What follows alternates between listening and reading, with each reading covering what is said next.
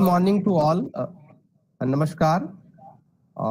Honorable Vice Chancellor Professor Nageshwar Rao sir, esteemed Pro Vice Chancellor Professor Uma Kanjilal ma'am, and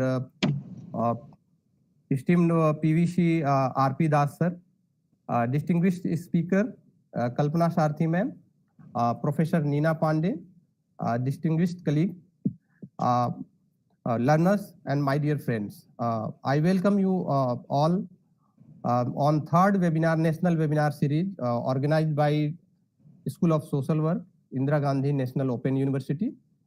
The theme for third webinar is Social Work Contribution in Defining Gender Roles in the Society. Just to set the background that this is the third session, and before that we have completed 2 more sessions, and we have received very good response in terms of audiences. First was on relevance of social work values, principles and ethics in contemporary time, and the second was unheard stories of frontline workers during COVID-19. So these 2 sessions we have already conducted, and the today's session is on especially focusing on gender and health. So with this, I would like to invite Director School of Social Work for welcome remark.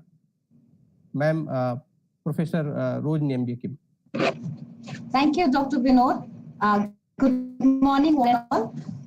As Director School of Social Work, I am proud to welcome each one of you to the third webinar in a series of webinars that we have planned.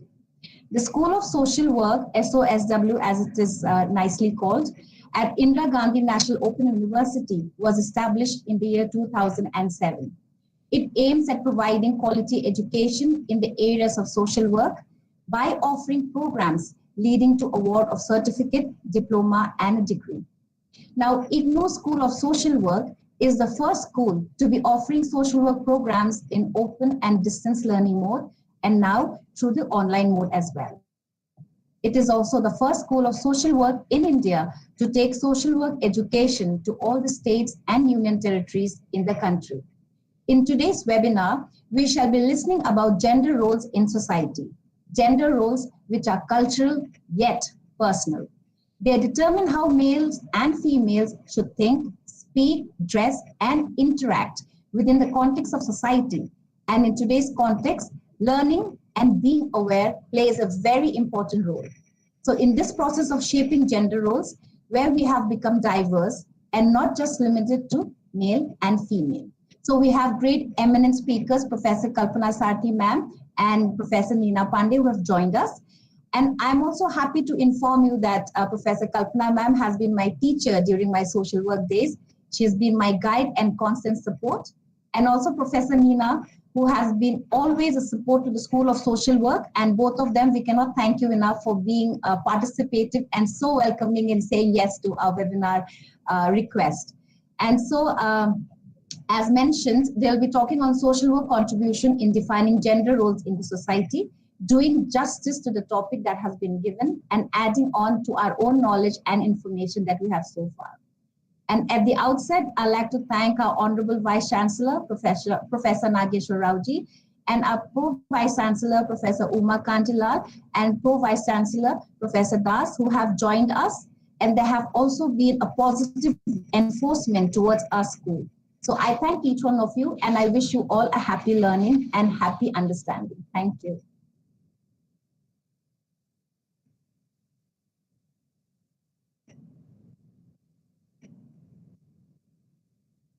Now I invite program coordinator for this program, Dr. Shima Rani.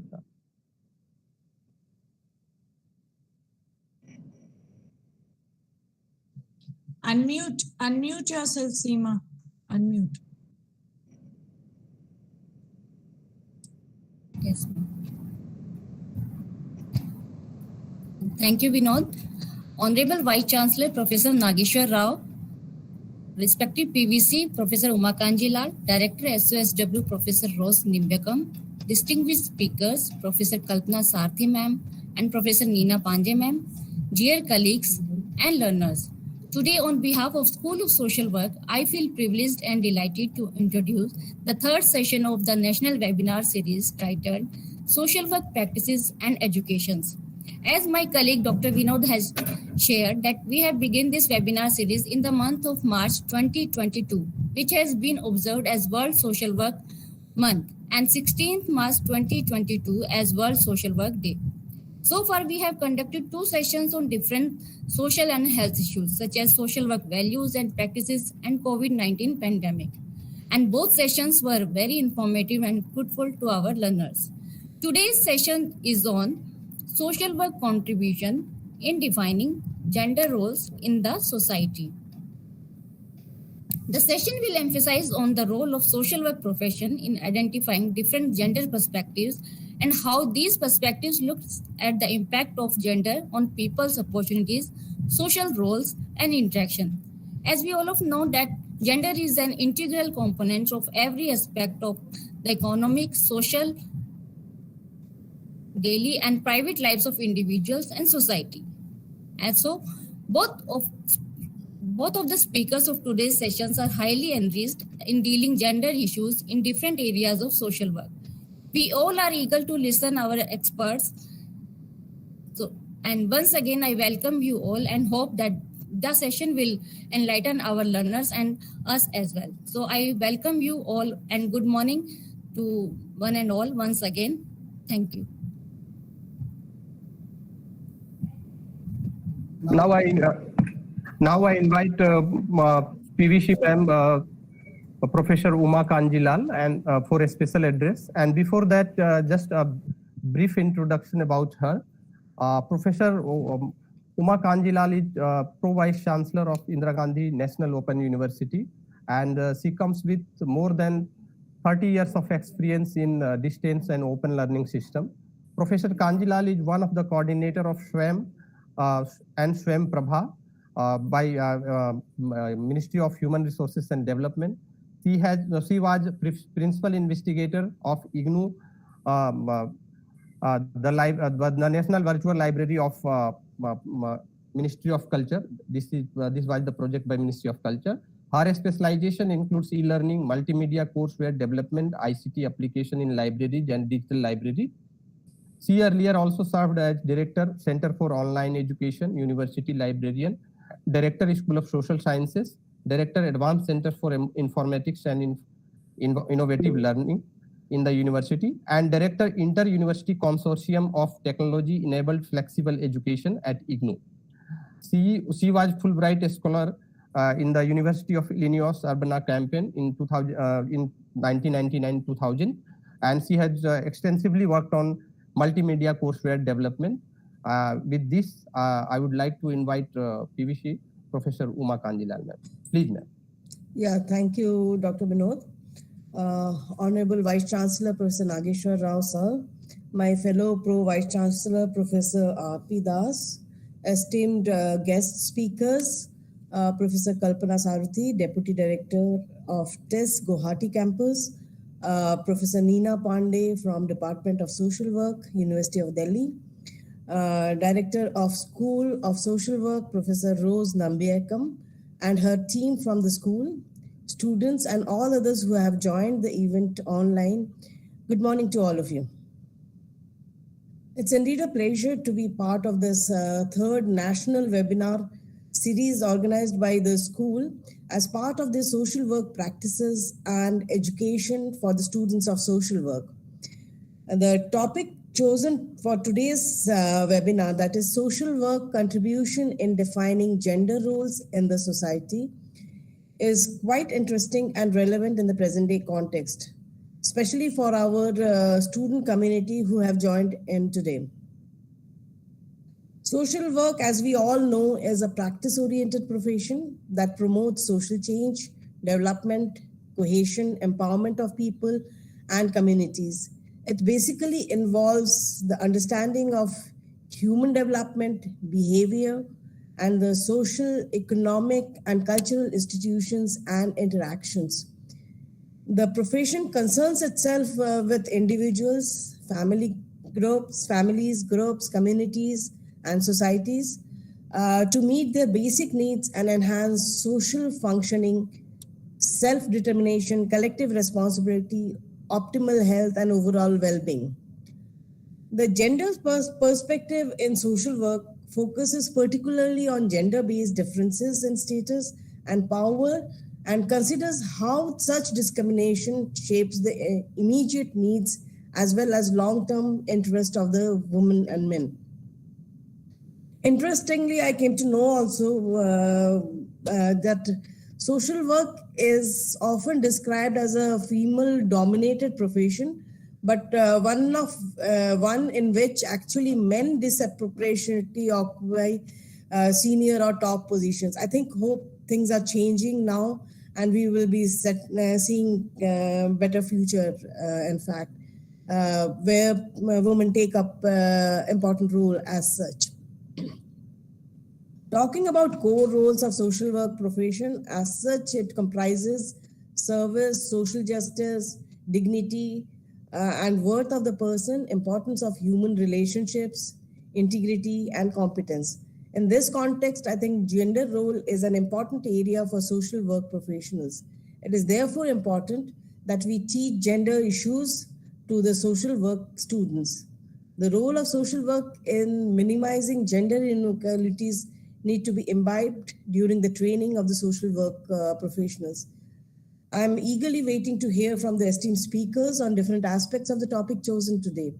And I'm sure that the webinar is going to be very useful to our student community.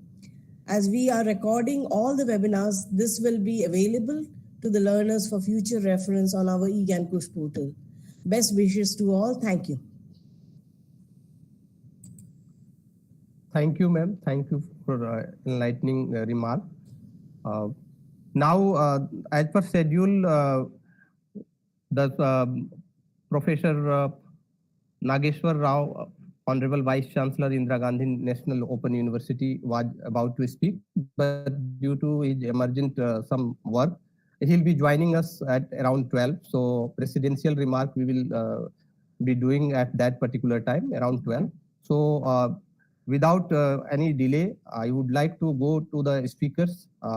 And the first, I would like to go to Professor Neena Pandey, ma'am. And before inviting her, I would like to read some brief profile about her work, academic as well as the extensive work she has done with the Delhi Police. Professor Neena Pandey has more than 2 decades of experience of teaching and research with Delhi University. Before coming to the Department of Social Work, she was with the Aditi Mahavidyalaya, a constituent college of University of Delhi. And within the department as well as in the colleges, she has performed a lot of administrative responsibilities. Besides, she also holds number of important positions in various social sector organizations. She is extensively working with the different NGO, and she is part of the board member of many development organizations and also government bodies with Delhi government. Her area of interest lies in women and gender issues, social work with individuals, social work in HIV. Apart from that, social work in the correctional setting.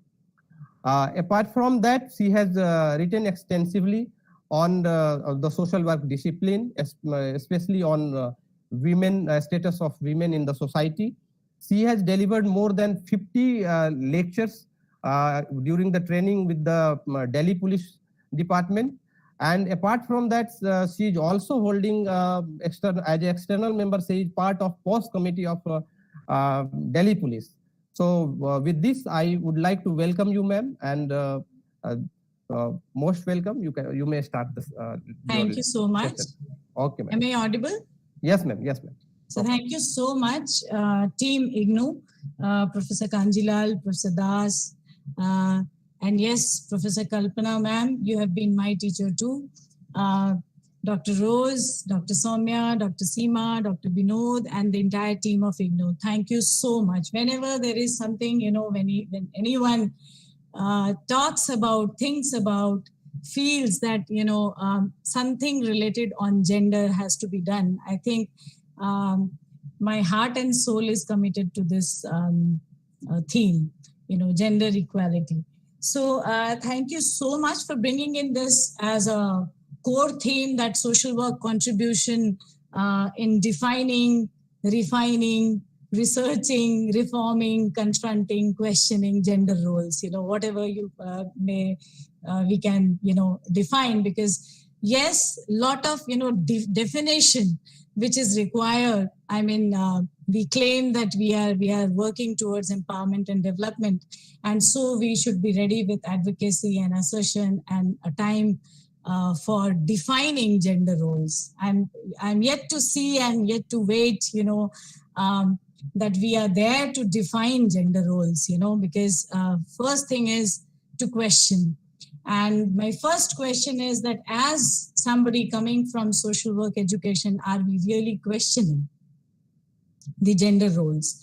And the idea is that, one cannot do social work because you have to have that commitment for doing social work contribution, as social work talks of empowerment, development, justice, equality.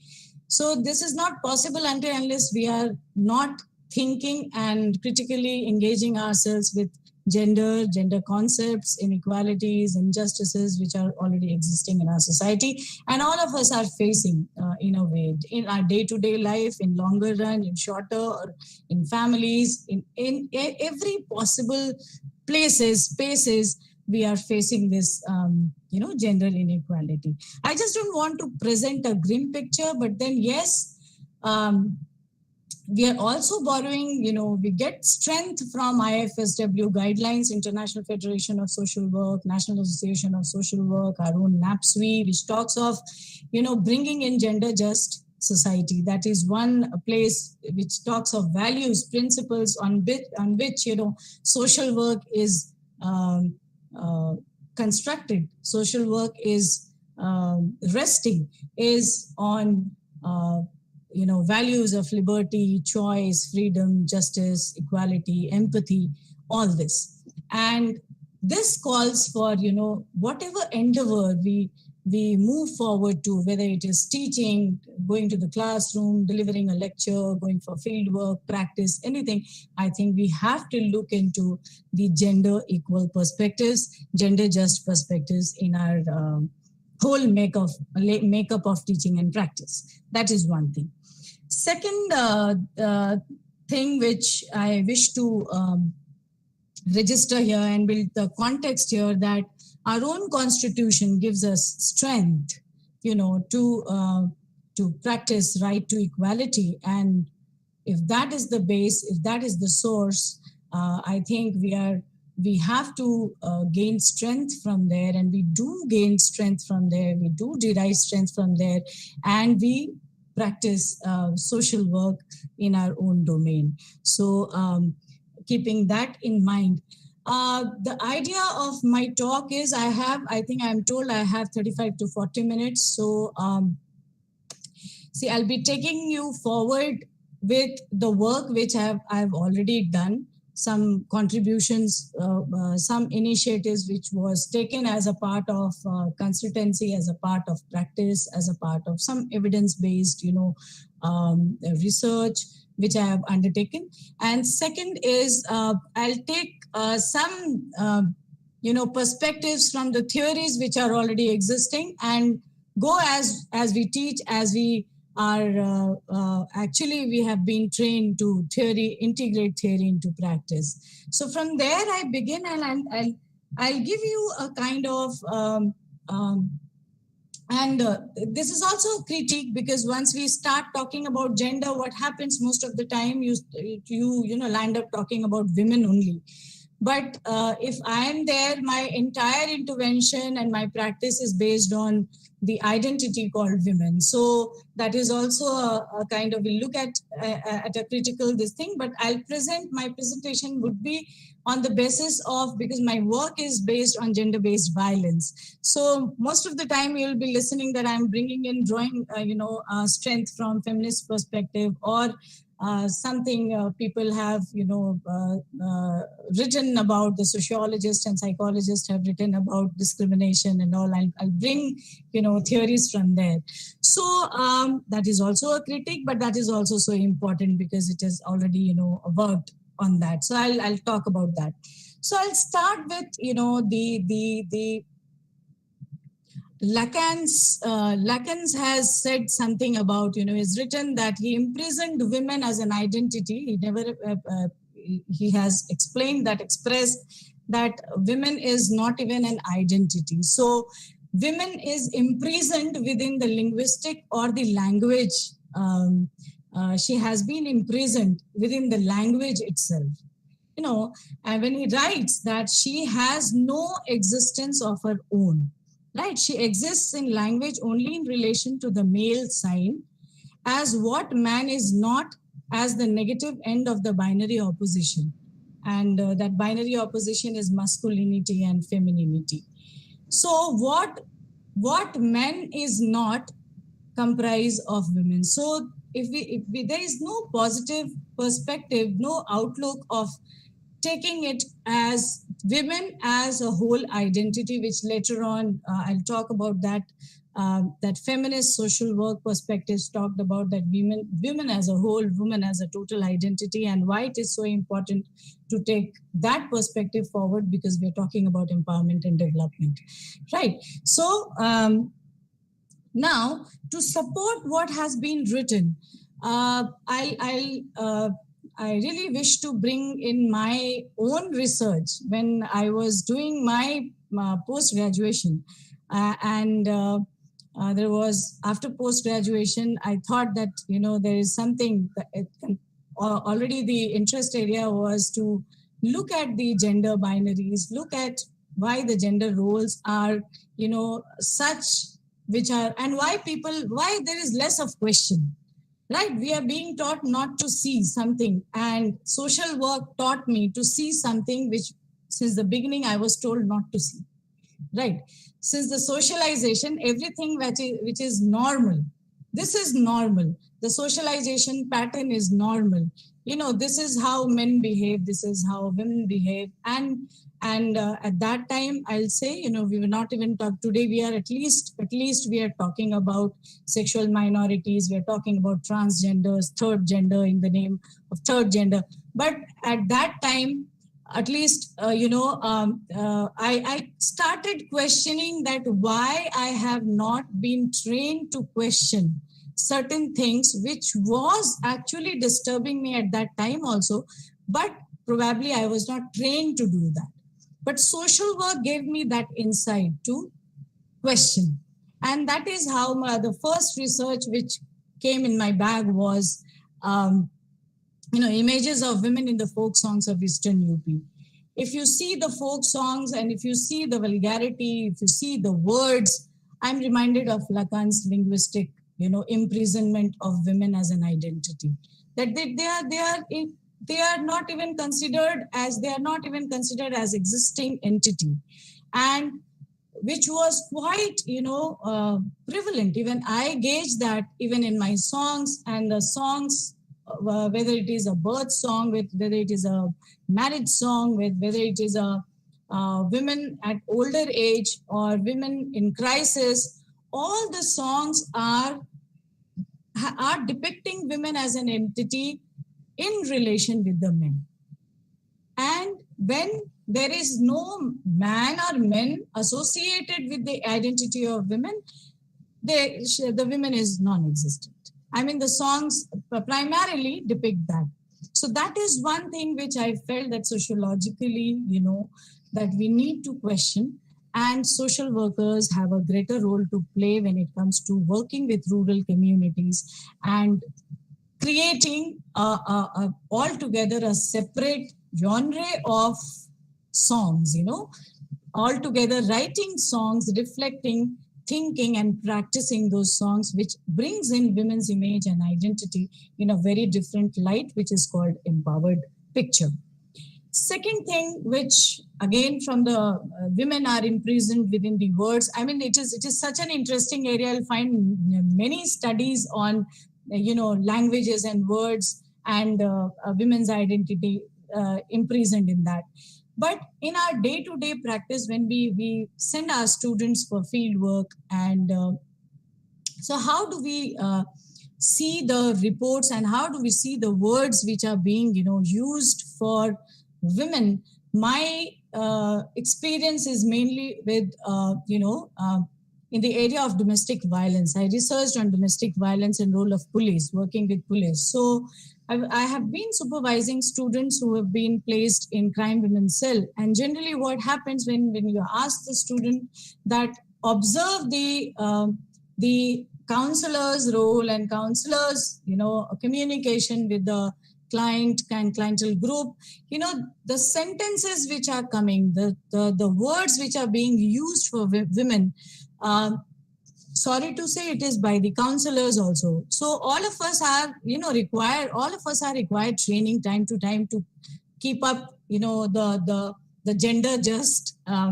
line, so that we are not off tracking from development. So as a supervisor, I said that you just write the sentences which are coming, from both the sides, the counselors and the clients. And there you find internalization of the vulnerability or the inferior status, where the woman herself says, "Ye to mujhe rakhega nahi, ye mujhe rakhne ko tayar nahi hai," ya "wo mujhe, mere ghar wale, mere sasural wale mujhe rakhne ko tayar nahi hai." Right? They are not, my in-laws are not ready to keep me. Now I want you to understand that where is the scope or space of keeping someone.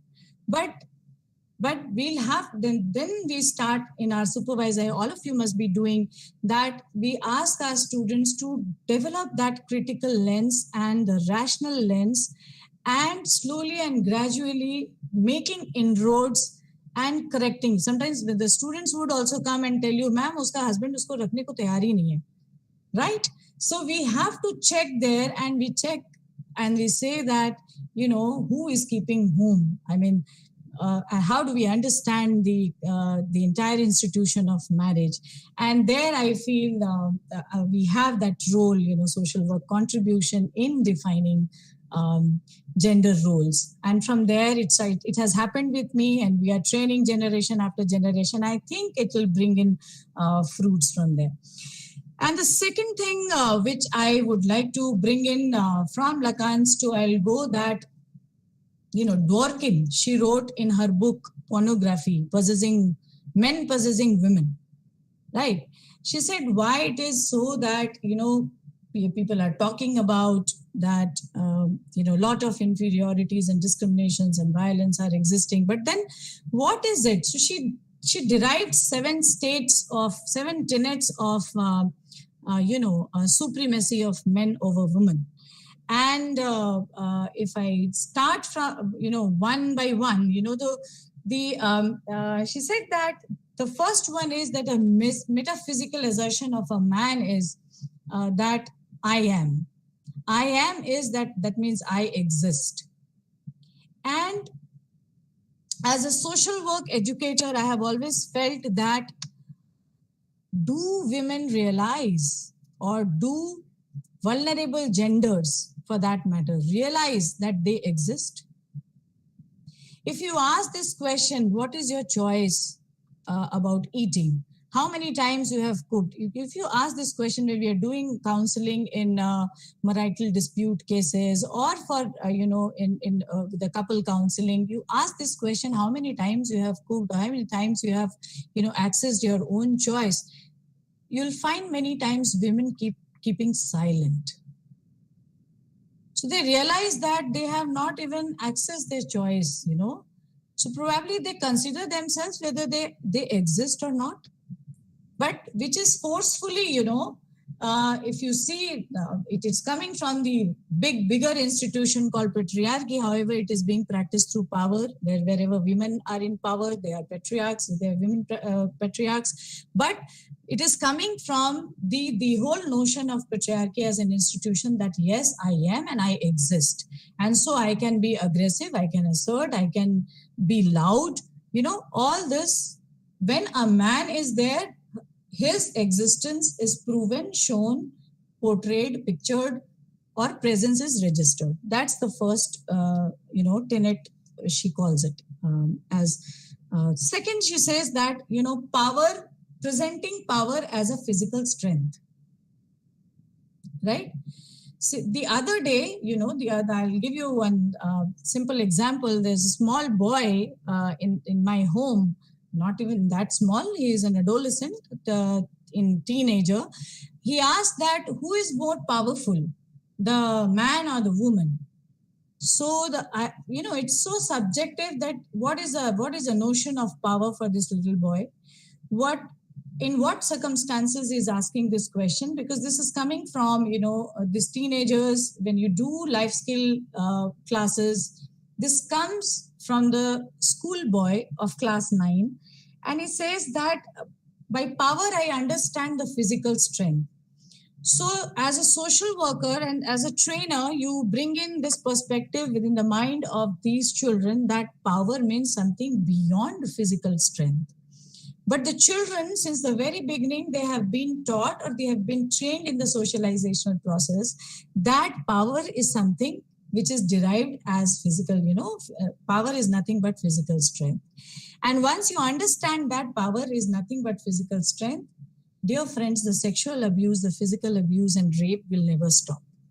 We have to redefine, we have to train, we have to tell the children, we have to, within the life skill training in school, in community, we have to define power means not physical strength. Power means, it may be mental strength, it may be beyond that, it could be layers of power and, it could be many. But then the tenet which Dworkin has identified, and she said that power is being proven, the supremacy is being proven through as physical strength, and that is reflected.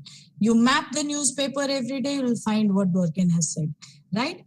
Third supremacy over women coming, the men they practice is they have a capacity to terrorize, being loud, using the words. So capacity to terrorize.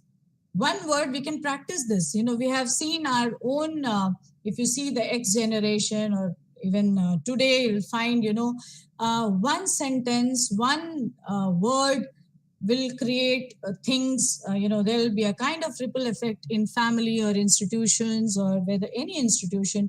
And there is a considerable kind of fear which exists, and the practice, the orientation which women have been given, that you have to abide by those fear which are being generated by a person who is, who has a capacity to terrorize. So that is another tenet, the third tenet, Dworkin comes from there.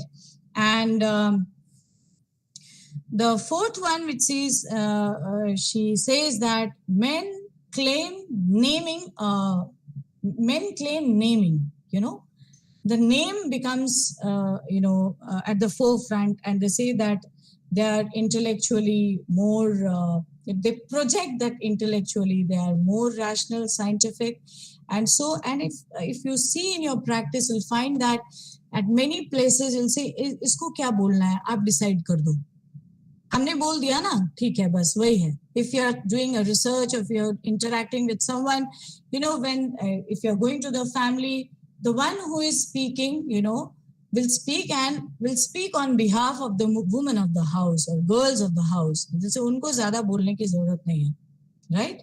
So that thing is something which has propagated, that when men speaks, that is more authentic, and when women speaks, that is little questionable. That is something which one can question. पता नहीं उसमें ज़्यादा ठीक है या नहीं है.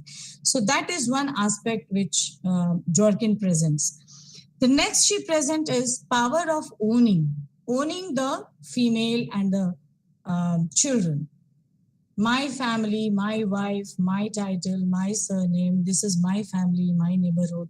So owning is something that this is my domain, is being projected by the identity of men, the agency of men, and somewhere women have been trained to, to accept that decision. So that is there.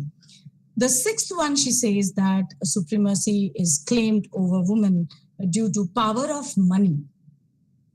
Right? Money properly expresses masculinity. It is the money which, and you can see how money plays everywhere with every institution, whether it be marriage, you see money, how it plays, right? How the showbiz is going on, and how women, money reinforces that beauty and being woman, being, decorated, is how it is reinforced in the due course. And that actually covers the whole intellect of, money covers the whole intellect and the reason of woman. It has happened with the dowry cases also, and it is, you can see many cases even in at present in contemporary society. Then they say that men have the power to sex, right? So the decision making of conjugal life, decision making of, having physical relations are something, now today people are talking about marital rape. Certain societies and certain states are not even considering it as a marital rape, right? They are still considering that marriage is a license to, have a physical relationship with an entity, which is not. Empowerment and decision making is something which is choices are something part of development. So that is something which has been questioned, which has been presented by Dworkin in her work, Pornography, Men Possess Women. And if you see that, the third thing which I'll bring in, I'm bringing in all the discrimination aspect of it, and then how, the feminist perspective of social work they came, and that has also a critique. I'll present that as well. The third thing is, which is bringing in the supremacy or male dominion, is also internalization of women related to the concept of fear of freedom and fear of success, right? I'll tell you one story of a research, Ambika Kohli. She has given her research with in women's and girls' narratives in higher education, in where she presented a narrative of a student who was brilliant, meritorious, and she was assessed by her professor that she should be taking up higher education and going for research in PhD. But her, and she was not given this permission to take up the research. That itself is questioning that if you're going for higher education post 18th, you are adult, and who will permit you? But then the parents were not giving that permission to her. Her parents were called and the professor met her parents, but the parents declined the request of the professor for this girl to take up PhD further on the criteria that if she studies and she is a PhD, from where they'll be facing difficulty in finding a bridegroom, finding a husband. So her PhD interest was declined. So that is the reality of our society. And in many of the cases, if you start reflecting, we see that women themselves, they fear their success. That if they succeed beyond a point, they may face a situation which are not acceptable in the family. They may face certain hurdles and challenges and barriers or something, and then they themselves keep at the backstage. That is something which we'll have to understand. And once we understand that if the capacity is being compromised with the idea of fear of success, there's a lot more to work and a lot more to strategize and design, our steps towards bringing in gender equal, level. That has to be worked by these social workers. And social workers are doing it. It's not that they are not understanding, they're not doing it. They're doing it because nowadays we can say, I don't want to claim that the number of higher education, girls education is going higher and higher, तो बिल्कुल social work का ही contribution है, पर थोड़ा तो claim जरूर करूँगी कि yes, social work is somewhere, making its presence when the girls are going in higher education and educating themselves. Then there's something which we see in the health sector is that the poor accessibility and poor understanding about our own body, that when our body requires, since the adolescent, there are organizations like, they are working in the area of health, and they are working with the adolescent girls to make them understand about their body requirement, reproductive organs, functions, how they should keep their body in a way which is, STI free, which is RTI free. So, but we see that there is poor accessibility of health services. And second, we see that women are a little lethargic with regard to accessing those services which are also existing. So this is one part where one of the reports, of UN population, it has estimated, it brings in a glaring finding, which says that 120 women desire contraceptives but lack access to them. 80 million unintended pregnancy reported annually, with 45 million ending in abortion. 19 million abortions are unsafe, with 68,000 deaths annually. Now, this is so glaring, and this is one area which I think even in our society, even in India, we need to work in the area of reproductive health of women, and on this area which brings in crude finding before us. Then the recent example, it is there in the all of us. It is there with us during COVID, that the kind of gender-based violence which was faced by women, the domestic violence increased in leaps and bounds. There was child marriages, child sexual abuse everywhere, and there is less of reporting. I could see someone, a journalist sitting in the audience, and I really feel that yes, he'll be on the same page when we see that number of reporting of these cases were less. But even if it was globally, whatever the reports we got, it was scary. We call it as a double pandemic, a second pandemic, right? So what happens with and we'll have to understand that whenever there is a crisis, there is a disaster, I think we'll have to alert ourselves, and we have to proactive with regard to the existing gender unequal identities are going to play in a very, very crude manner, and somewhere we'll have to keep that preparation, and we'll have to be proactive as social workers, right? But what happened during COVID are certain initiatives which are really remarkable. I really want to recall NIMHAN's initiative, where they were giving their telecounseling, and they were working with women day and night. They were approachable. Then there was initiative by Tata Institute of Social Sciences in the name of I Can, and that is quite great contribution which they have done. And then in our own, there have been, the civil society organizations there, they participated during that time, and they worked a lot.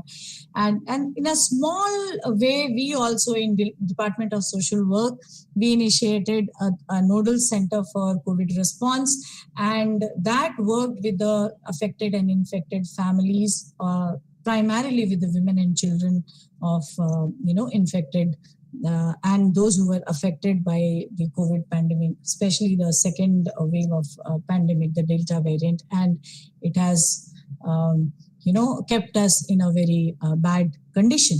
So the students were engaged for 15-20 days with the families, and they brought in a lot of issues of engagement which are required for the social workers in the area of gender roles. Apart from that, when these things, I'm talking about, Dworkin, I'm talking about Lacan's perspective, it is very important to see that the emergence of feminist social work perspective, and primarily, Lena Dominelli's contribution in that, if I don't mention that, because many of our work was based on how feminist social work perspective came into forefront, and how doable things can be, can be planned and worked upon. First and foremost thing which Dominelli points out and presents is that recognition of diversity of women. Because feminist theories, if you read, you see that the feminism has also faced this criticism that they talk about only white women, and so other races are being ignored. So feminist social work presented by Dominelli talked about the diversity of women and working, taking women from different diversities. Valued women's strengths. The strength approach of social work collates with this, and it says that even women have their mind, they have their reason, they can assess. There are certain structural issues. If we see the structural violence provided by Galton, he says, why structural violence? How structure is built in such a manner that the women, there are certain entities in our societies, identities in our society, they are always marginalized. They don't have say in it. And for that, we have cultural attestation also. And we see that how religion and how, religious books and how mythologies, all this, how do they push women, or they push marginalized entities into the fringes. And that is something which is questioned by feminist social workers, and they say incorporate in your doing, incorporate in your practice, that we have to value women's strength. We have to explore, design different ways of looking at, gauging at, bringing out, exploring that women possess strength. They possess, but they don't portray. So we have to explore the possession the strength which they have. That is something which is important.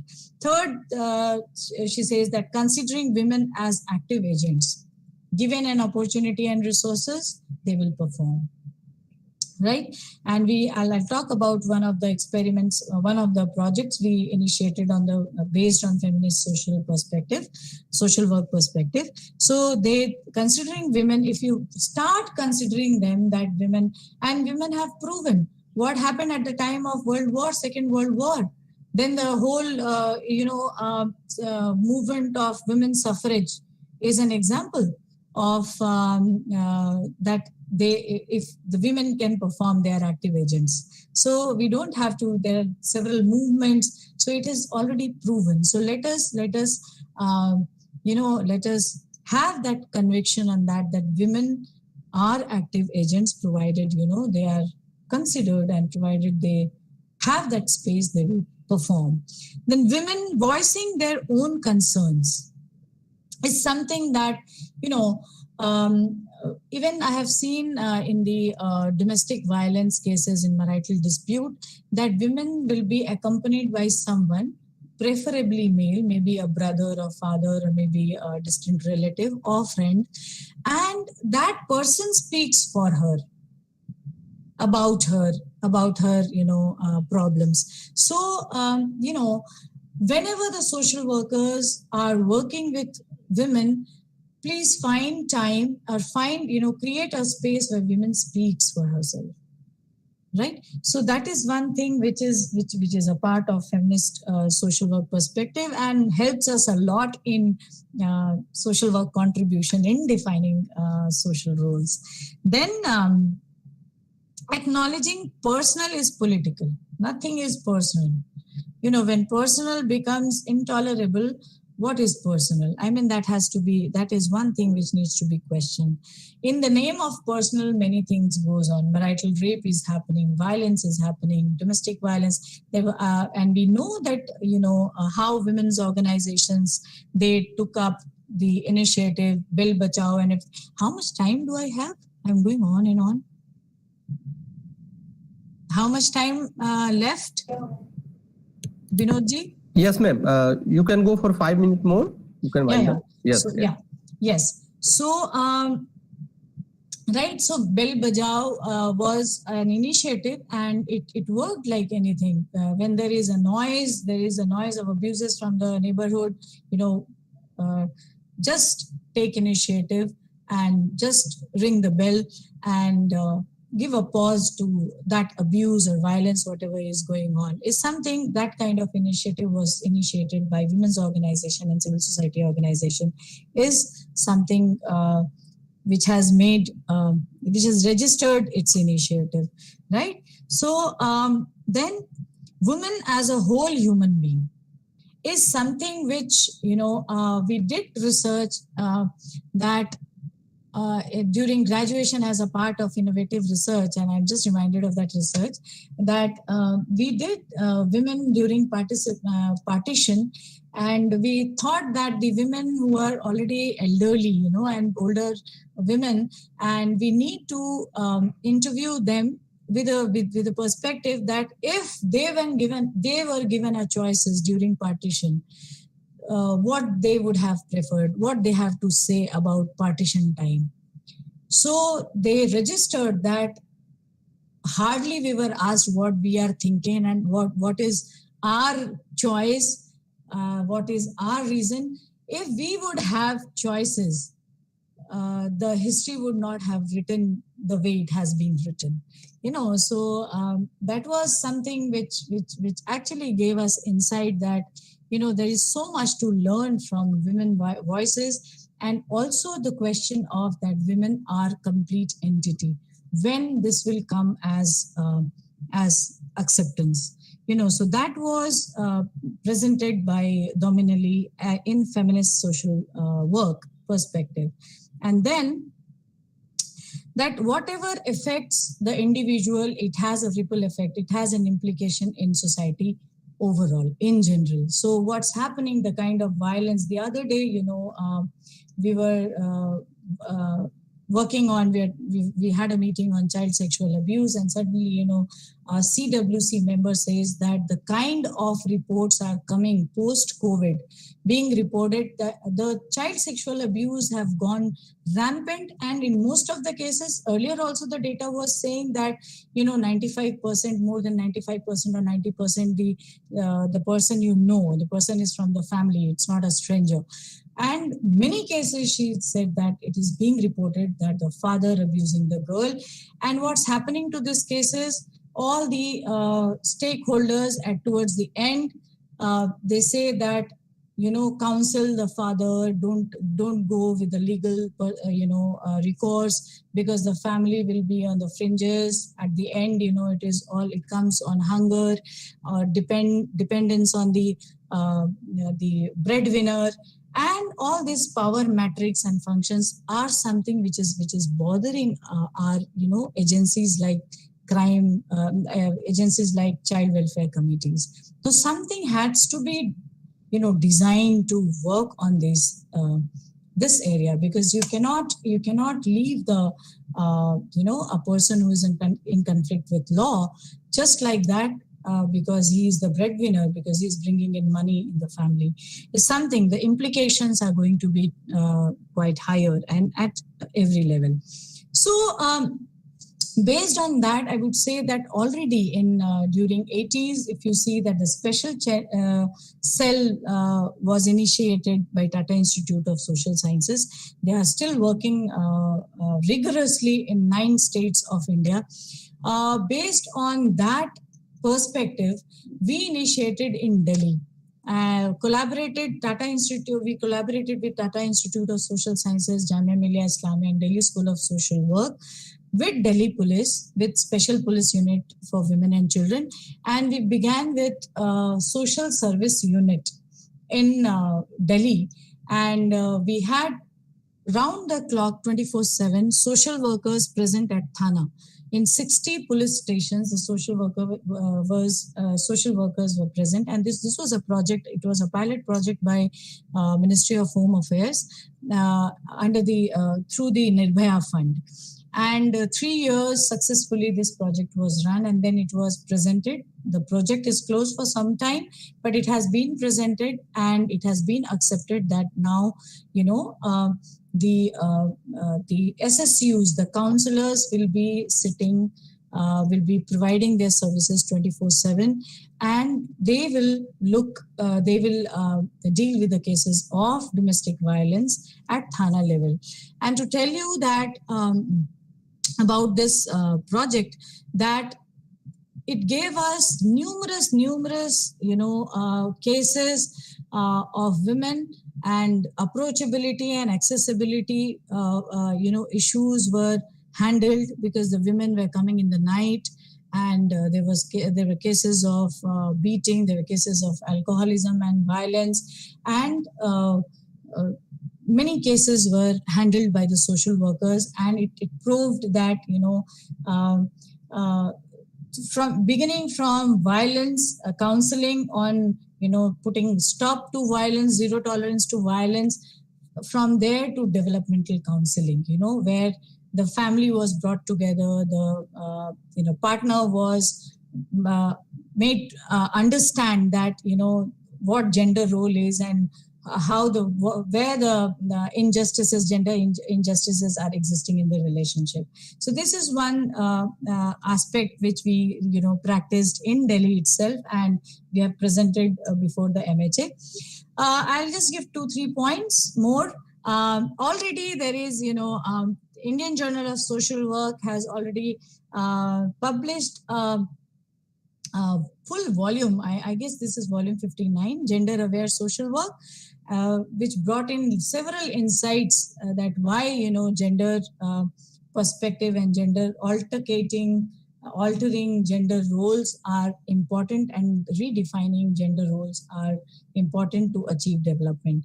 We too published in the year of 2020 a special issue from Journal of Exclusion Studies on Gender and Exclusion, which brought gender roles in employment, education, rural, tribal communities, and writings, how writings are important, and which was presented.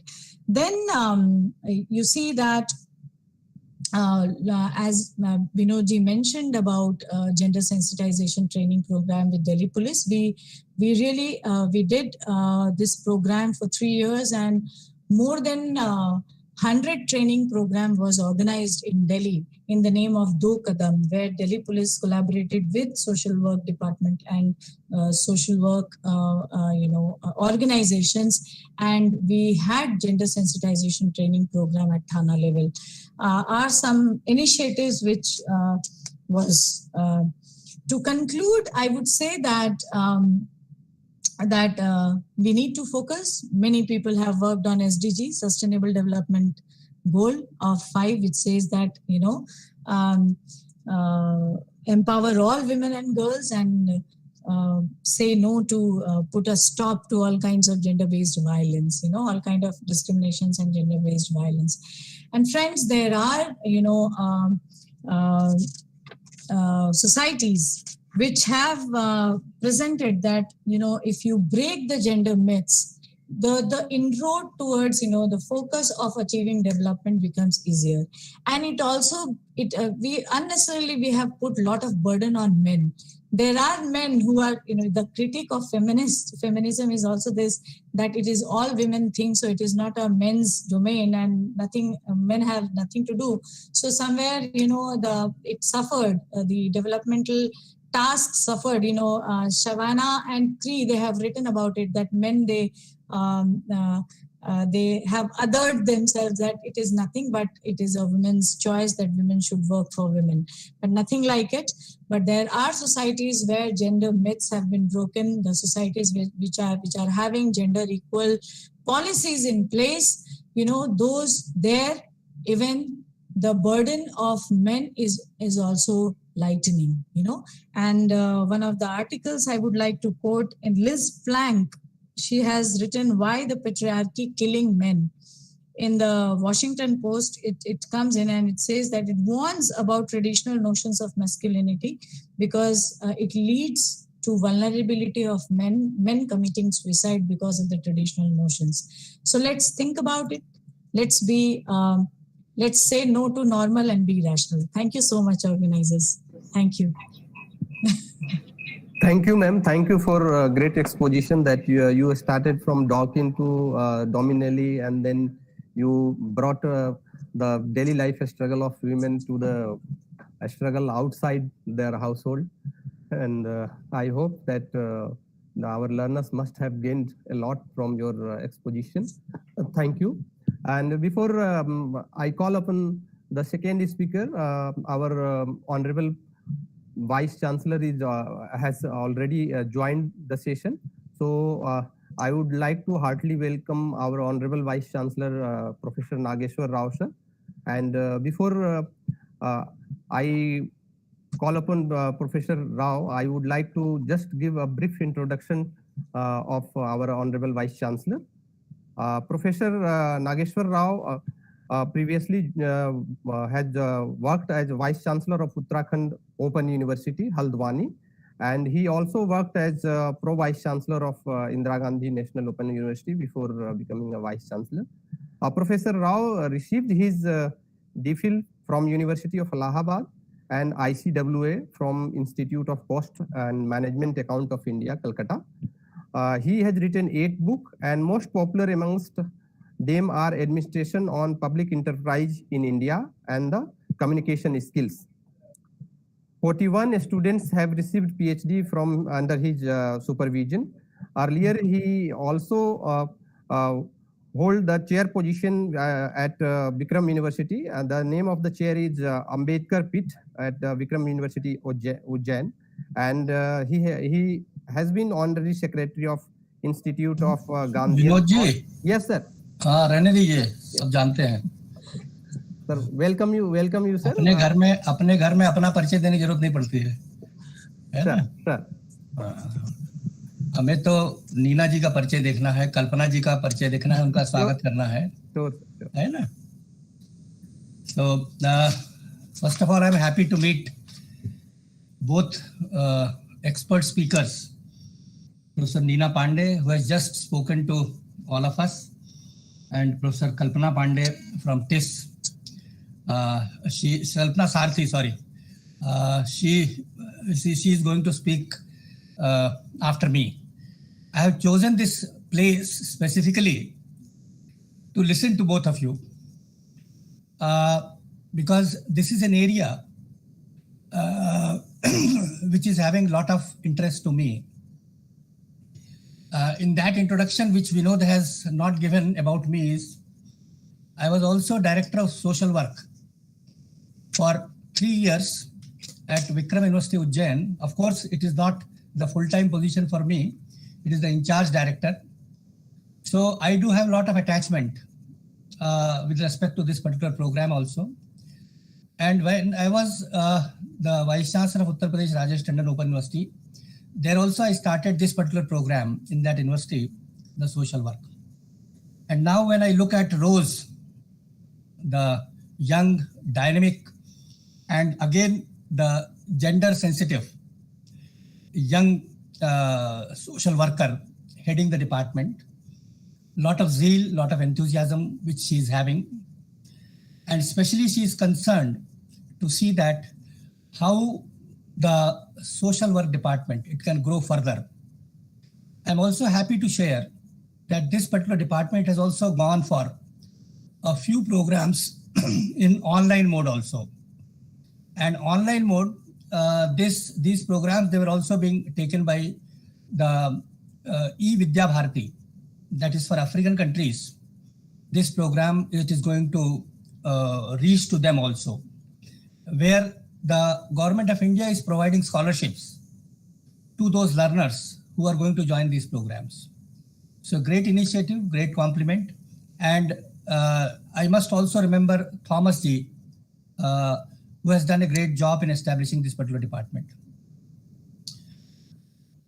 When she proposed this particular program before me, I was very happy to see her enthusiasm and the zeal. And I was just listening to Neena ji because the way she is presenting the scenario, especially the role of the gender, whether we look at the issues of child development or working as corona warriors, because there we have seen the social work, the importance of the social work in the society. This is greatly being reflected in our society also. I do have a lot of attachment with TIS also, because one of my student is working there as professor. So that is why he also tells the day-to-day details, even the monthly details I get it from him also, how the TIS is working in the field of social work. And I think whole country looks at TIS as far as the social work programs are concerned in the country as a whole. And therefore, I think one of their colleagues we have brought to IGNU also in the Department of Social Work, na? Is it so? So he is also with us. Madam Desai wants to say anything? So the discussions which are going on, they are quite relevant. And this is the activity, the main, it is the school which is indulged in extension activities. Normally, the open universities, they are being called to go for only paper degrees, distributing the degrees in the languages, the arts, or the social sciences. But when it comes to social work, it is to be reoriented, it is to be restructured, and we have to reach to the masses. We have to reach to the society. And how to reach to the society in this open and distance learning system and also in online mode. That is a difficult task, and for which the school as a whole working together. And here also you see that there is the gender support also for the school. Almost all the top people in the school, they are working hard for this endeavor, and they all are contributing it.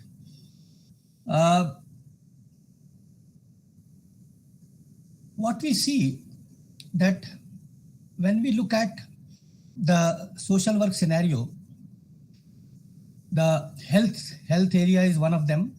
There also they can contribute significantly. Then the slums, they are contributing significantly.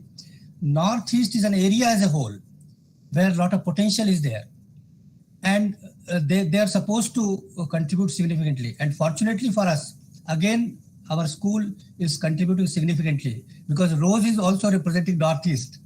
So I have got so many things with Rose. I am here only to welcome both the distinguished speakers here, because they spared their valuable time for us. They are encouraging us, they are inspiring us, they are motivating us, because ours is a young team and they want to do something. And that something should be significant also, significant in terms of contribution to society. And maybe we would like to get some tips from you also, that how this extension work, it can be taught through the online mode or through ODL mode. Because in case of ODL mode, we do have the self-instructional material. There the material is already there, where an invisible teacher is already teaching the contents. But as far as extension work is concerned, even during this COVID-19 period, they have also experimented with that idea. And they have done something in that direction also. Now looking at that basic information which they got, that how the extension work is to be carried on during the COVID, then maybe some more experimentations they will do it, so that at least our international learners, they can also contribute significantly in the field of social work. I'm happy to meet you all, to see you all, and also listening to both of you, because just now Neena ji has completed her talk, and now Desai ji is going to speak Then I will listen to Desai ji also. And my school, I must, on behalf of the university, I must also assure both of you that they all are the dedicated teachers. And they would like to learn the things from you all, so that the programs in the social work, their quality, it can further be enhanced. It can further reach to all corners of the country. Thank you very much. Thank you. Thank you, sir. Thank you for valuable remarks and encouraging words. We are sure that your blessings with us, we can do much more thing at the school, and we will leave no stone unturned in achieving new heights. Thank you, sir. With this, I would like to call upon PVC Professor R.P. Das for his valuable remarks, if he is available. Professor R.P. Das, sir.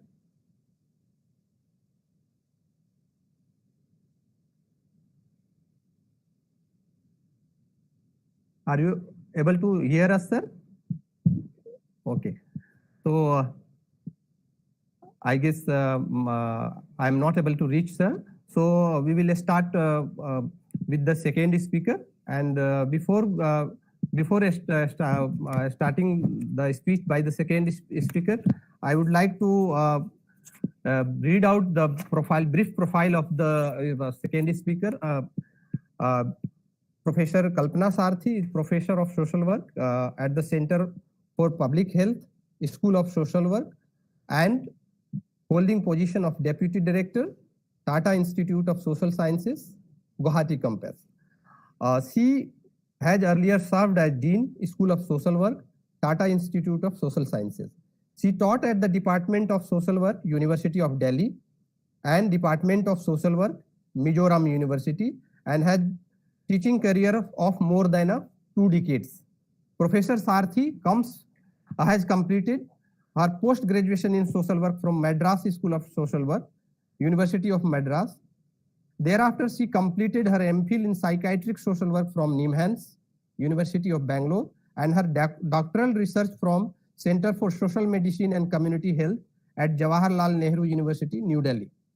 Prior to teaching, she worked as counselor at Women's Resource Center in an NGO in New Delhi.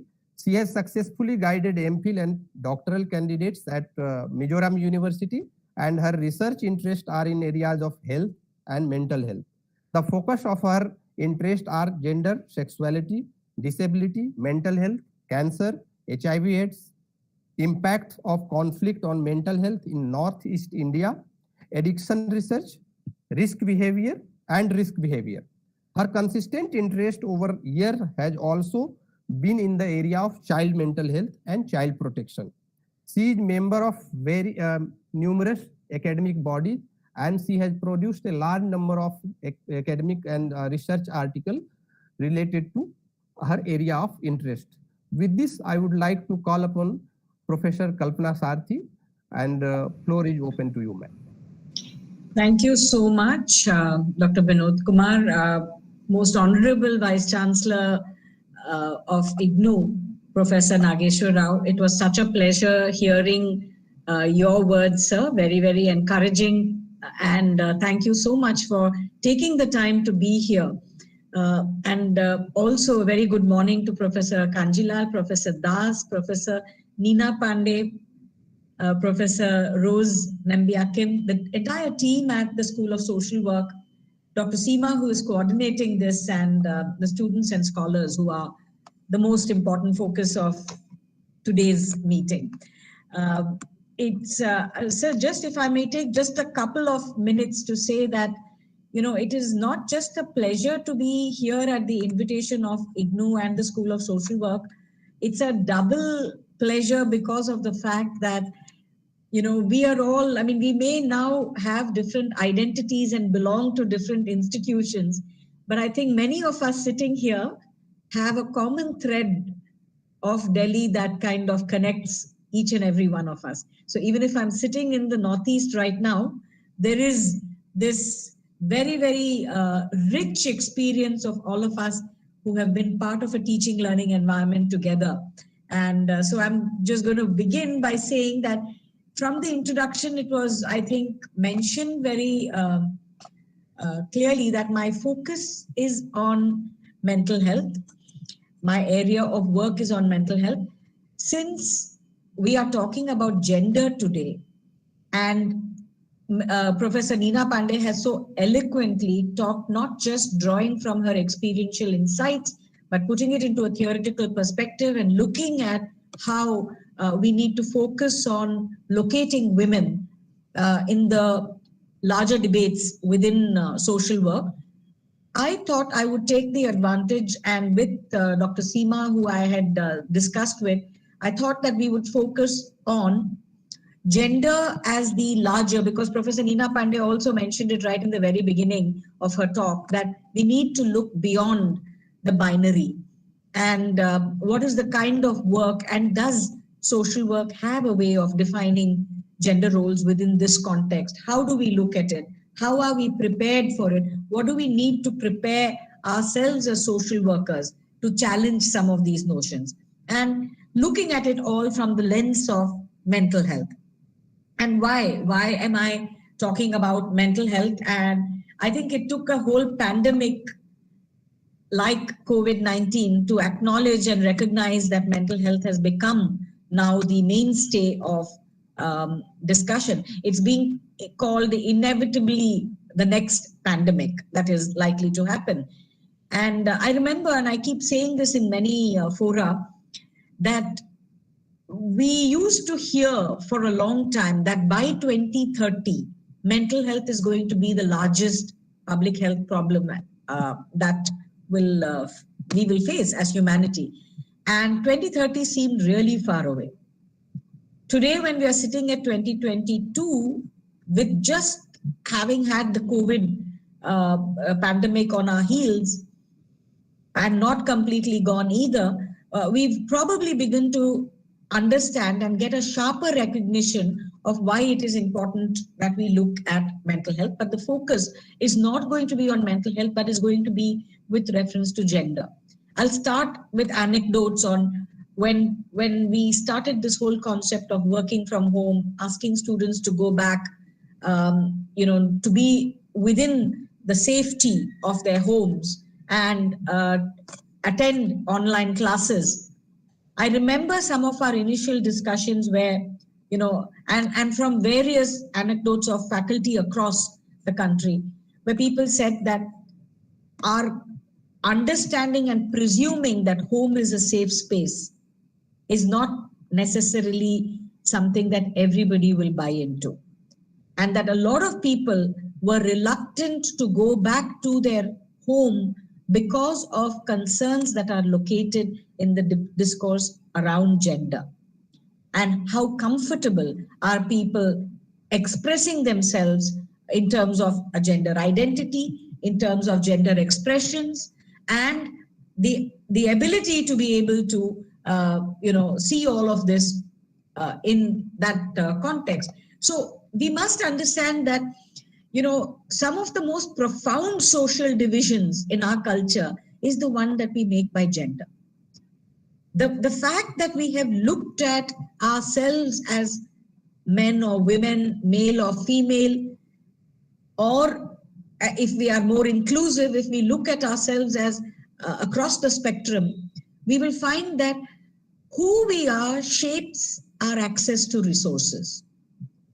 Who we are, whether I'm a woman or a man, will help me determine not just my access to resources, but also my life choices and the options that I have before me.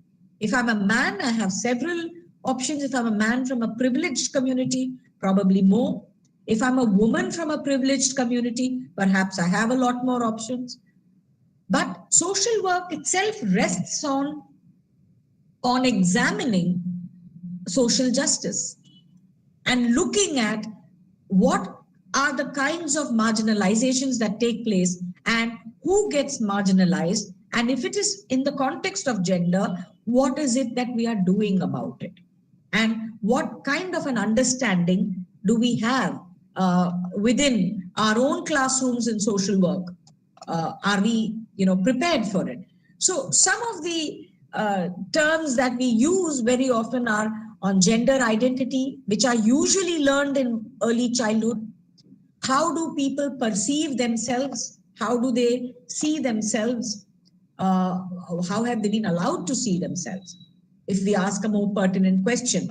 So all of this is something that we do. If you look at the NASW, the National Association of Social Work itself, and look at their position papers or their publications around this, they are also, very, very equivocal in saying that we need to be focusing on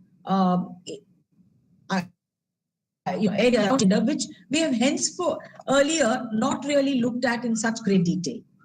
So there are plenty of such topics that we need to be looking at. And when we examine contextual factors that influence how people express themselves and what is the level of perceived risk that a person might have, what kind of harassment a person might, Professor Pandey has spoken so much about women and the kind of harassment, bullying, crime, violence that they face. And we extend this argument in this discussion to examining what happens to people who don't belong to heteronormative genders and who are not conforming to heteronormative ways of thinking. So when we look at some of the gender concerns in social work, I would begin by arguing about the entire way in which patriarchy and its impact on gender relations on men, children, and women.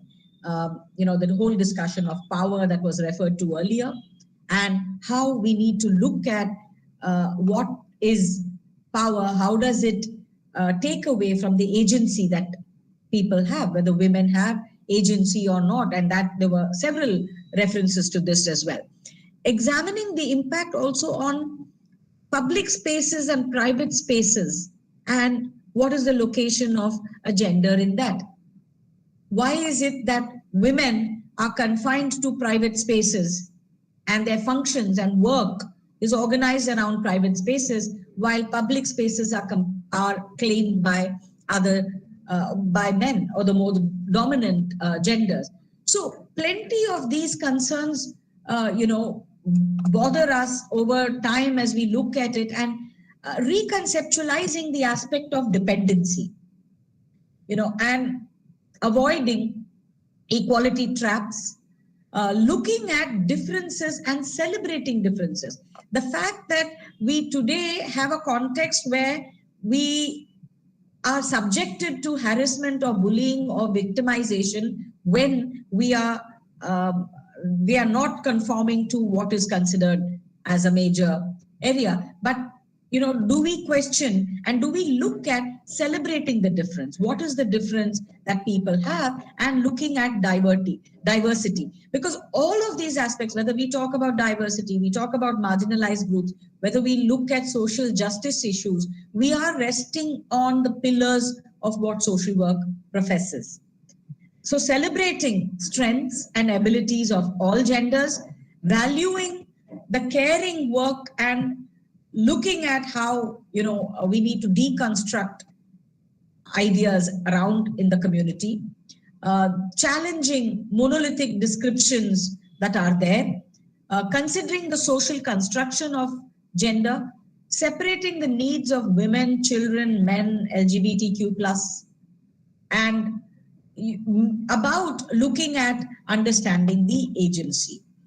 Now, that is the broad context of gender concerns that I would like to, put out over here at the moment, and then look very quickly on issues about mental health and why do we, look at. It's very easy to explain what is mental illness or what is abnormality. What is normal? What is mental health is something that requires a much greater kind of consideration. And so we, don't want to reinvent the wheel, but if we were to look at basically what is mental health, it's a state of well-being in which a person is able to realize their abilities. The WHO definition says in which the individual realizes his or her own abilities, but being gender sensitive, I'm saying where an individual realizes their abilities, can cope with the normal stresses of life, can work productively and fruitfully, and is able to make a contribution to their community.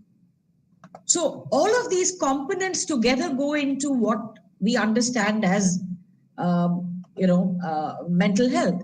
And it's not wrong to be able to say that there can be no health without mental health. If you realize the definition of health itself by the WHO, which is criticized but is also widely accepted, is that it is a state of complete physical, social, spiritual, mental well-being, and not merely the absence of disease or infirmity. So the fact that I'm not unwell doesn't mean that I'm well.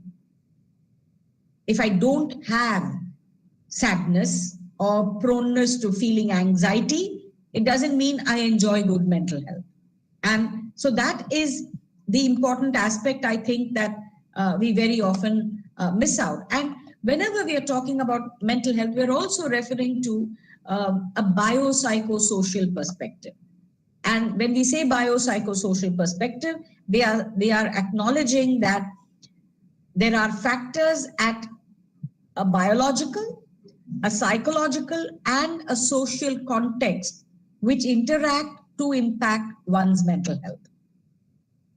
And therefore, any addressing of these problems also the resolution has to be in a biopsychosocial manner. And that is where I think here we locate this clearly for social workers to say that the social environment, the psychosocial environment that people belong to is extremely important. And when we are saying biopsychosocial perspective, we are also saying that the role of social environmental stressors cannot be overemphasized. If you look at the kind of environmental stressors that different genders, and here I'm talking about the LGBTQ plus community, as well as as women. And women, we will never take out of our discourse, because majority or a dominant group among this discourse has always been that of women. And that role of social environmental stressors and what impacts their mental health is something that we need to consider. And we look at the global burden of disease and disability, and we find that mental and neurological conditions, and here bear with me for some statistics, they account for 12.3% of disability adjusted life years that are lost, and 31% of all years lived with disability at all ages and all sexes. And research also shows that socially constructed differences between women and men in roles and responsibilities, status and power, they interact with biological differences to contribute to the differences in the nature of mental health problems that are there. Do women have more mental health problems as compared to men? Do men have more? I'm going to, because I would like it to be as interactive as possible in a social work class, I would like you to just raise your hand if you feel that you agree with the statement that women have more mental health problems than men. May I just request you all to raise your hand, the students and scholars particularly. And let's see how many of us agree with this statement.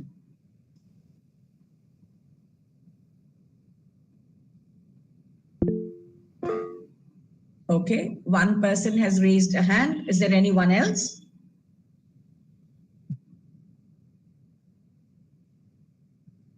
All right. Okay, we have a couple of people who are saying that they probably think that the statement women face more mental health problems than men is true. And there are a couple of others also. If I were to flip this question, yes, thank you so much for responding, all of you. There are 4 or 5 hands. Can I flip the question and see how many of you agree with that? Do more mental health problems occur among men as compared to women? Those of you who have already raised your hands can put your hands down and lower it, and we will ask the others. That it is men who face more mental health problems. Now, interestingly, there is no difference in terms of prevalence or in terms of incidence as far as mental health problems are concerned across genders. It's not that there is a preponderance. There's no sex differences in prevalence, onset, or course of disorders.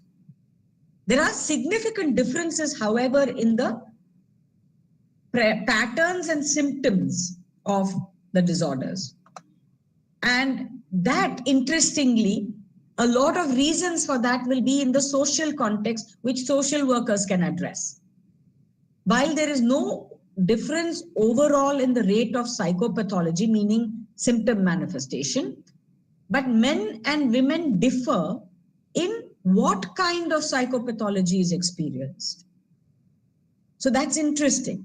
Women suffer from higher rates of depression and anxiety. And these are, I'm quoting these from WHO again, more conclusively. Women suffer from higher rates of depression and anxiety. And men have more mental health disturbances and higher rates of substance abuse and antisocial disorders. What women face is referred to as internalizing disorders. What men face is known as externalizing disorders. In childhood, you will find that higher rates of conduct disorders with aggressive behaviors is more common among boys than in girls. When it comes to adolescence, girls have a much higher prevalence of depression and eating disorders. More girls engage in suicidal ideation.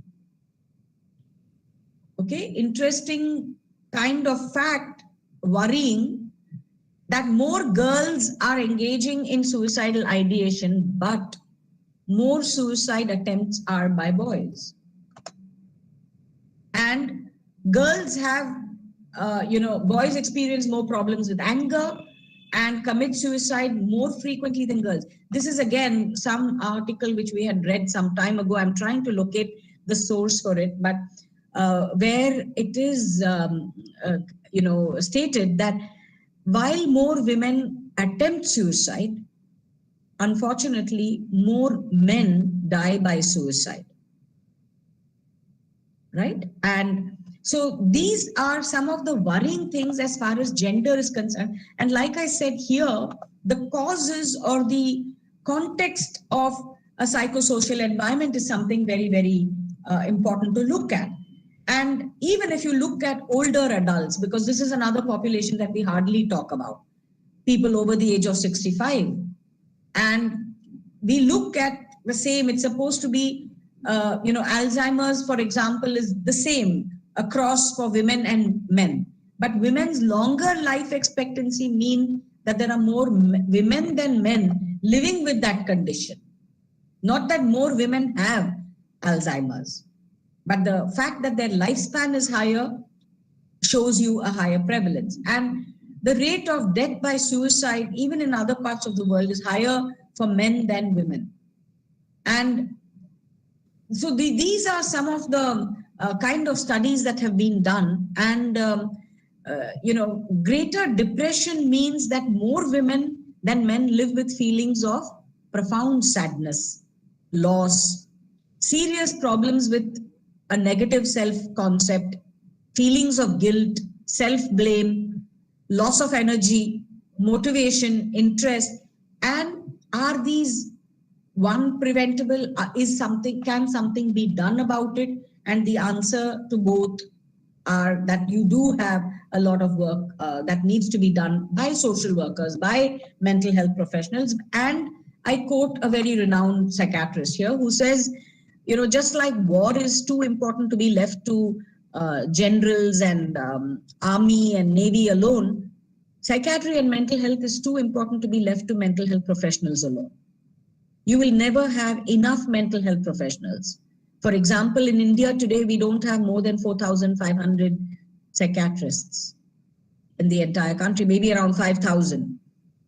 Not more than 1,600 or 1,800 psychiatric social workers or clinical psychologists, 16 to 1,800. For the kind of population that we have, or psychiatric nurses, even smaller numbers. So for the kind of population that we have, if you look at it from a public health perspective, we will never be able to have enough number of people to address mental health problems. So if anything that this pandemic has taught us, and there was that poem that came out soon after, somewhere in 2020 itself, that we all face the same storm, right, with reference to the pandemic, but we are all in different boats which have different capacities to withstand the ravages of the storm. And that is what happens when you look at mental health in the context of gender. So here I have only given you the statistics that is there as far as men and women are concerned, because that's the kind of studies that have taken up a lot of space. And gender differences do occur when you look at from childhood onwards right up across the lifespan. And what kind of stereotypes exist, what kind of prejudices exist, what kind of constructions are there in society about what genders' roles are in society, what is the valuation of work? If all work is valued in a way that it puts down one gender entirely in the kind of work that is done and the valuation of that work, how does that affect in turn the concept of self, the sense of self-confidence, the ability to be positive? For a sound mental health, the ability to contribute to your community, you should have that satisfaction and the sense of well-being that I'm contributing something to my community or society or neighborhood or elsewhere.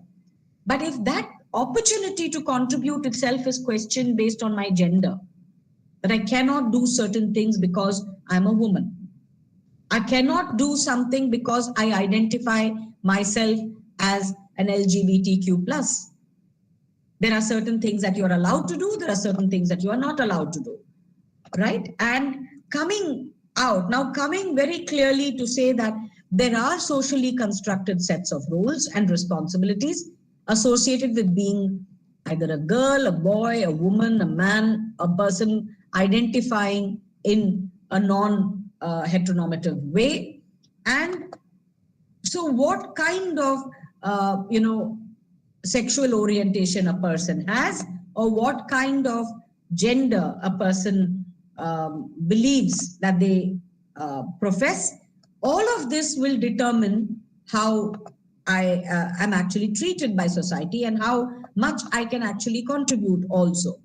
Now, if you look at some of the works on, like I said, since I knew Professor Pandey was going to be talking on women, and from her very rich experience of working with that, I thought I will focus more on the LGBTQ+ community and looking at how do social workers respond to working with this. Now, most of the time, our curriculum is silent, barring one chapter where we talk about gender, biological differences, social construction. We talk a little bit about, we don't really have affirmative practice of social work.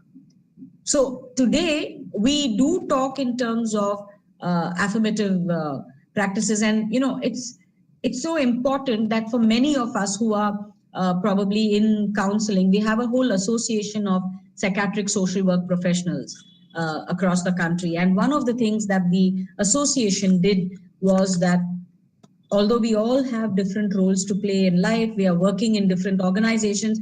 When the pandemic occurred in such a significant manner, the association immediately not just organized some training programs, but the association also opened ourselves up for a telecounseling, where we were able to reach out to people, offer our services pro bono, and be available to listen to what people are going through during the pandemic and what kind of mental health issues were there. Now, it's in that context that, I realize that we're not really very well prepared, even for me, after years of having been a counselor. And I do deal with a lot of people who identify as lesbians or gays or bisexuals or trans persons. But where am I equipped to? It's not just about being, queer friendly or gender friendly. Am I being gender affirming? Being friendly, it can still be seen in a way that it is very patronizing. Maybe I'm approachable, but am I doing justice? If the NASW talks about cultural competence, part of your cultural competence is, are you trained to deal with the population that you're talking to? That's where we realize that some also not. Despite interest, the fact that we like to open. So many of us went through a course organized by one of our peers on queer affirmative counseling practice to understand what is it that is different when, the way we are looking at it.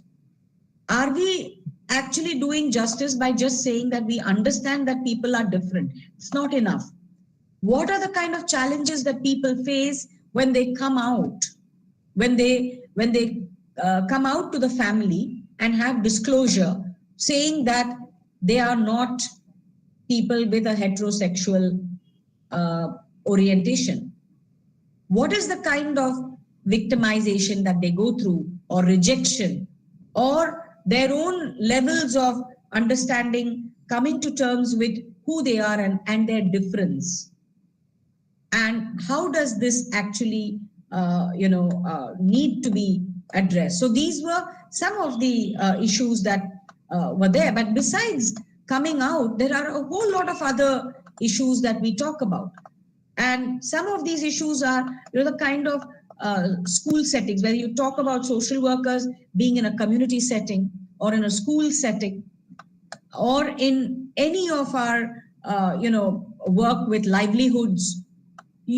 Anywhere that you go, you can see that there is a scope for us to train ourselves further, have curriculum that is differently constructed. And some of the themes that came from a study that was done, I think this is a study that was done by Ranade and Shruti Chakravarti. And they were referring to a study where they were making a case for gay affirmative counseling practice. So it's about affirmation and looking and understanding that we need to combat heterosexism, that recognizing heterosexual privilege where it exists, and to be able to combat homophobia. So some of these aspects, I think, are the newer emerging areas, and looking at curriculum for social work educators to see how not just gender aware, but gender affirmative we are. And looking at perhaps sex education in schools. There have been plenty of things that are already happening in a very welcome way in India, but there's a lot of scope for us in schools of social work as well. And when you look at some of the reasons as to why we need to question this, you can see that there's a lot of online and offline harassment that takes place. That's another huge area for social work education. Besides working in communities, working with groups, working with individuals, and in terms of advocacy or social action, the kind of research that we need to bring about. Small things. I'm just referring to something that Professor Pandey said earlier, but how language is very, very important. And language can be something that is, very responsible for microaggressions. You may say things and say, I didn't mean it. And yet, it's important because even if you didn't mean to hurt somebody, the person has been offended or the person has felt a sense of hurt. I'll take just one example of, this is something that I've been using for several years now, but even if we are constructing a research tool. It's very important how the language is constructed. If I'm giving an example of asking and how this impacts gender. If we were to ask a question like, so what does your father do? So the person says, my father is a carpenter or whatever. And then your next question, if it is worded to say, does your mother also work? That also makes a huge impact on the person's mind to say that it's normal for a father to work. It's additional that a mother would work, whereas all mothers work at home. But the valuation of that work is what I was referring to earlier.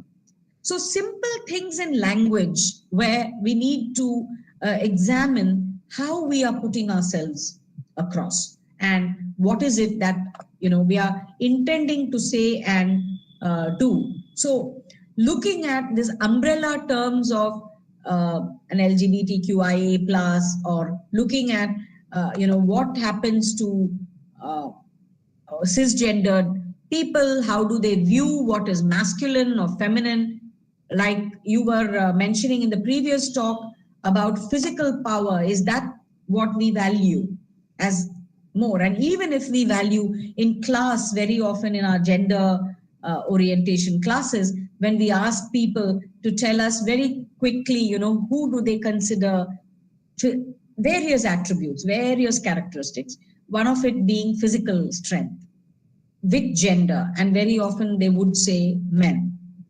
But then I asked them, I said, what is an indicator for you to say that a man is physically strong? Okay, he can carry 20 kilos, 30 kilos, whatever.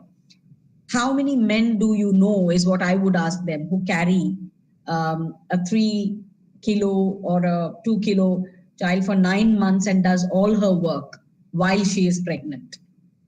And also, a whole lot of other such examples. So it's not about the fact that but there are differences, and nobody is, we have a lot of maturity in the discussion around gender these days. We don't talk in terms of any gender being superior or inferior. So those are not the points that we are making. But the fact that we very often neglect and don't see what kind of values we need to imbibe or absorb, even in the way in which we talk and how that is reflected. So since the field of social work is grounded in social justice, the social work educational experience therefore should be made much more gender aware. It should be more queer affirmative. So affirming that a lesbian, gay or bisexual identity as an equally positive human experience and an expression to heterosexual identity.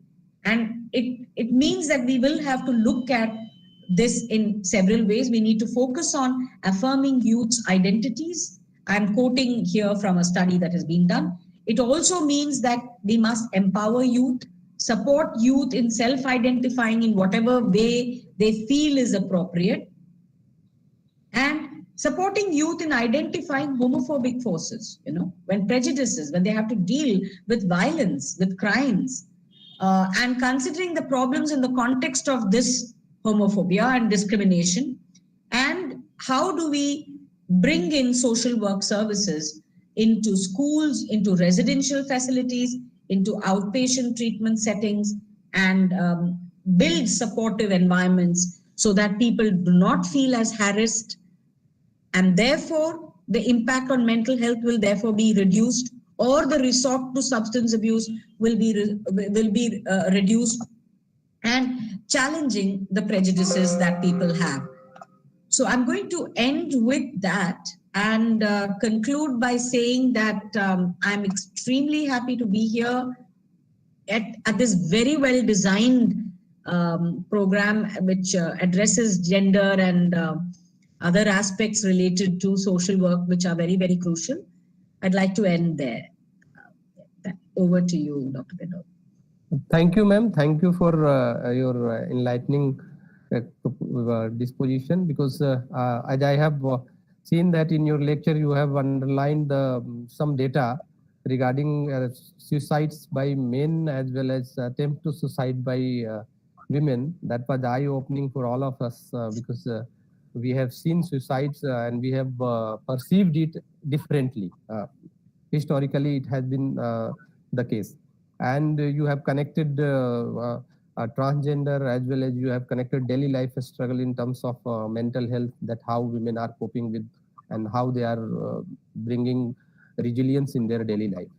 So with this, ma'am, we would like to have some questions for the speakers. We would like to request participants that you put some questions on chat box. We will transfer it to the speakers. And if you have any specific speakers you want to connect, obviously we will reach to the specific speaker. I can see one question in the chat box, Yes, which yes, says, yes. yeah, Pooja So shall I read Sharma that? has asked, Yes. yeah, that how we could do behavior modification at grassroots level to empower women and to make them realize to know their worth. We'll have, first of all, we'll have to read, Pooja, what is behavior modification? That is the first thing, right? And, you know, bringing in that understanding, that I can only say that your understanding about gender roles and all will help in understanding women. The problem is that people who are working with women or working with entities who are, you know, facing the gender discrimination is that they force the ideas on them, give them as much as space, understand their context. You know, that is one thing why it is coming up. Like COVID happened, you know, many people have started writing on crisis and, you know, situation and how the human life is being shaped due to COVID. So the worker will have to understand the context of the women, why it is coming up, what is, you know, what is being, sometimes what happens, you know, this also will have to understand that when we are working with, you know, different women and we are working, when you say grassroots, I'll take rural women, suppose if you are working with rural women, we as social workers, we feel that we are know-all persons. The first thing that we'll have to be with people for a longer period of time, understand their culture, see where it is coming from, what are the things which are directing them, and it is, you know, creating a kind of gender unjust normal behavior, and then start working with them. So give that space. I think behavior modification comes much later. I think it's more of understanding your own self and then start working. That's what I will say. I think Kalpana ma'am can always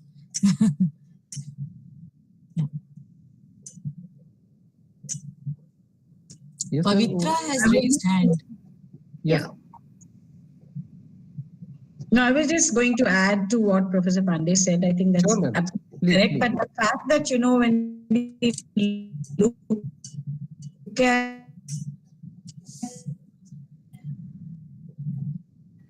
the modification of behavior that is from a very individual perspective, there are structural factors need to be able to make more conducive. So that's the perspective I wanted to add over there.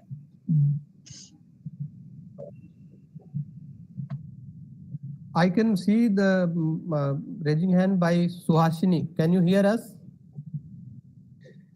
If you have question, can you connect directly to the speaker? Grihita, Suhasini. Okay. Anyone else would like to connect?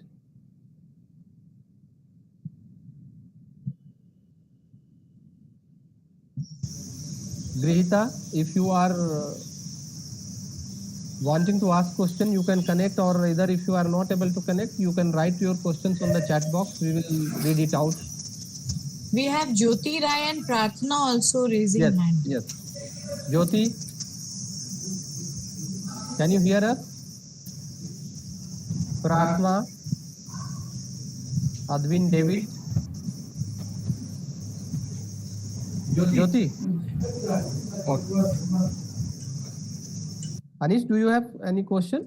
Sir, Yes. I would like to ask Kalpana ma'am.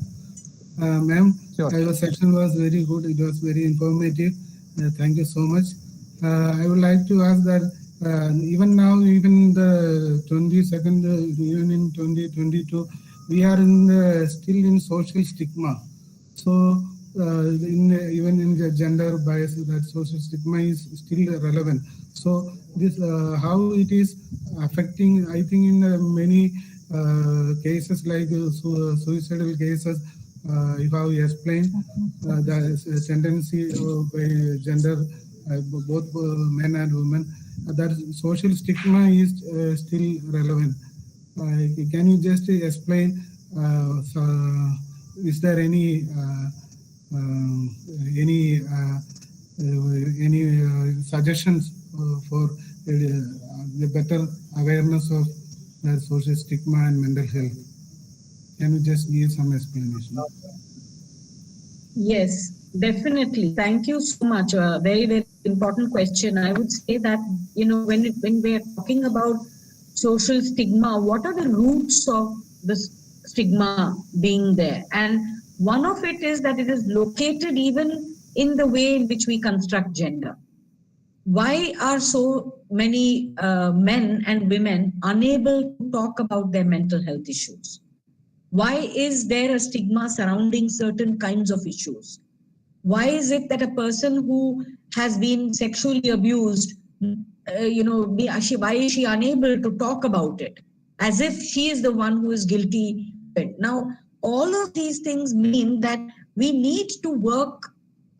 If you're asking me what is the way in which we can reduce, I would say that as social workers, what I would suggest is every one of us work in our own ways of building supportive, caring communities, building systems within communities where people can share information without, the stigma. But I'll give you an example, from something that I have myself been part of, where I was working in Mizoram, and I remember that when we had this whole issue of HIV/AIDS, and we were working on that, and one social work trainee had gone to visit somebody in the house, but because of it being HIV/AIDS and because of the kind of stigma that we ourselves put around the illness, we did not, obviously, the trainee did not inform anybody in the neighborhood as to why she had come there. Later on, somebody in the community actually questioned us and said, you are adding to the stigma by being so secretive. So we don't really know why we don't talk about certain things in a more open way. For example, if somebody has a diagnosis of an illness, which is a chronic illness, you will have a lot of sympathy pouring in. When I'm talking of physical illnesses, the moment you say that somebody in the community has been diagnosed with mental health problem, people tend to stay away. They may have empathy, they may have a lot of sympathy, they may have a lot of support and care, but they are hesitant to express it because it's mental health. And that, breaking that barrier and to be able to talk about our mental health without anything, I would say the solution starts right at the levels of schools and homes when people are still young. To be able to allow them to, as part of their life skills, to be able to talk about what is bothering them. What are the issues that are, disturbing them? I don't know if that has answered your question, but I think there are plenty of things we can do. And one of the major things I would say is having a supportive environment. Thank you, ma'am. Thank you, ma'am. Thank you, ma'am. Thank you so much. Thank you for the question. I would like to call Jyoti, if you are able to hear us, if you want to connect, because I can see that you have raised the hand. Jyoti Rai.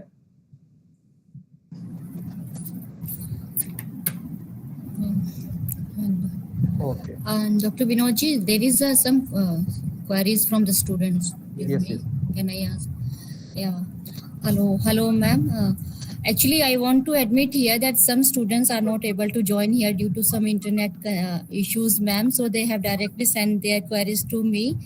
So There is a question for Professor Kalpana Sarthi, ma'am. Ma'am, you have discussed about transgender and women.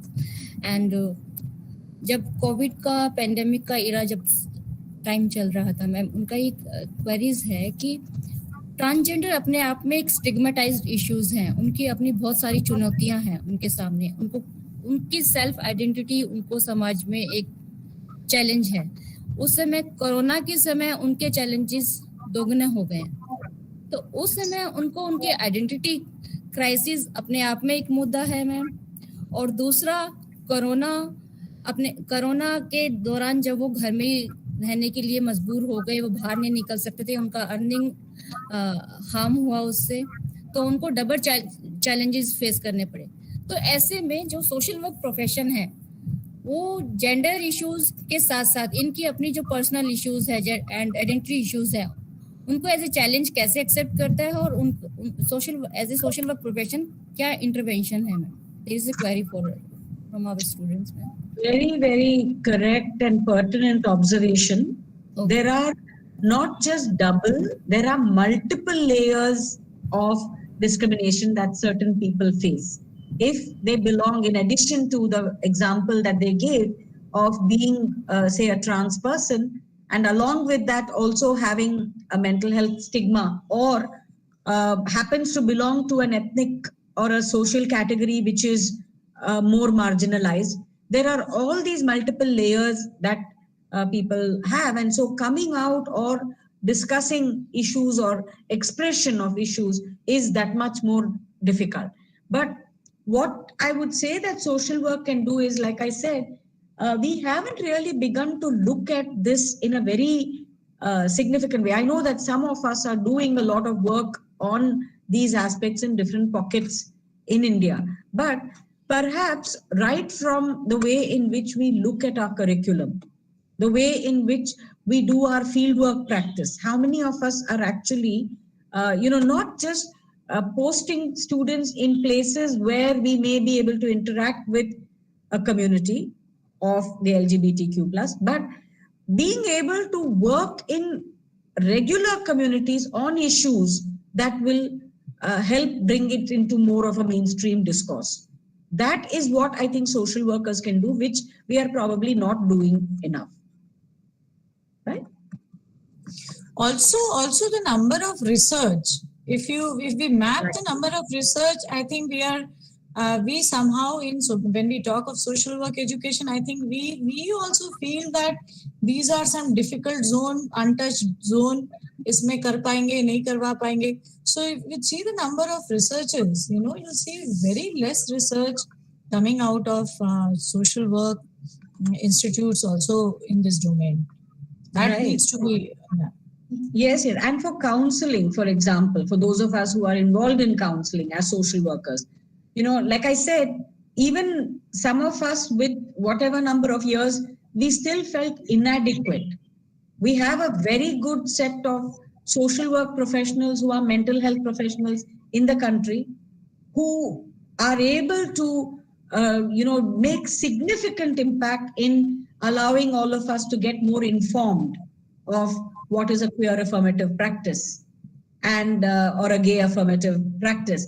Now, these are, some of the colleagues that I'm referring to are at the TISS at Mumbai, extremely competent in this thing. And it was an eye-opener for us that even though we are very sensitive, we have the empathy, we have the interest and the need to learn something. Despite that, we are still ill-prepared to look at the kind of challenges and see what social work responses should be, So we need to probably organize a lot more of these training programs, more than sensitization, being able to, impact our own work in affirmative ways. Right.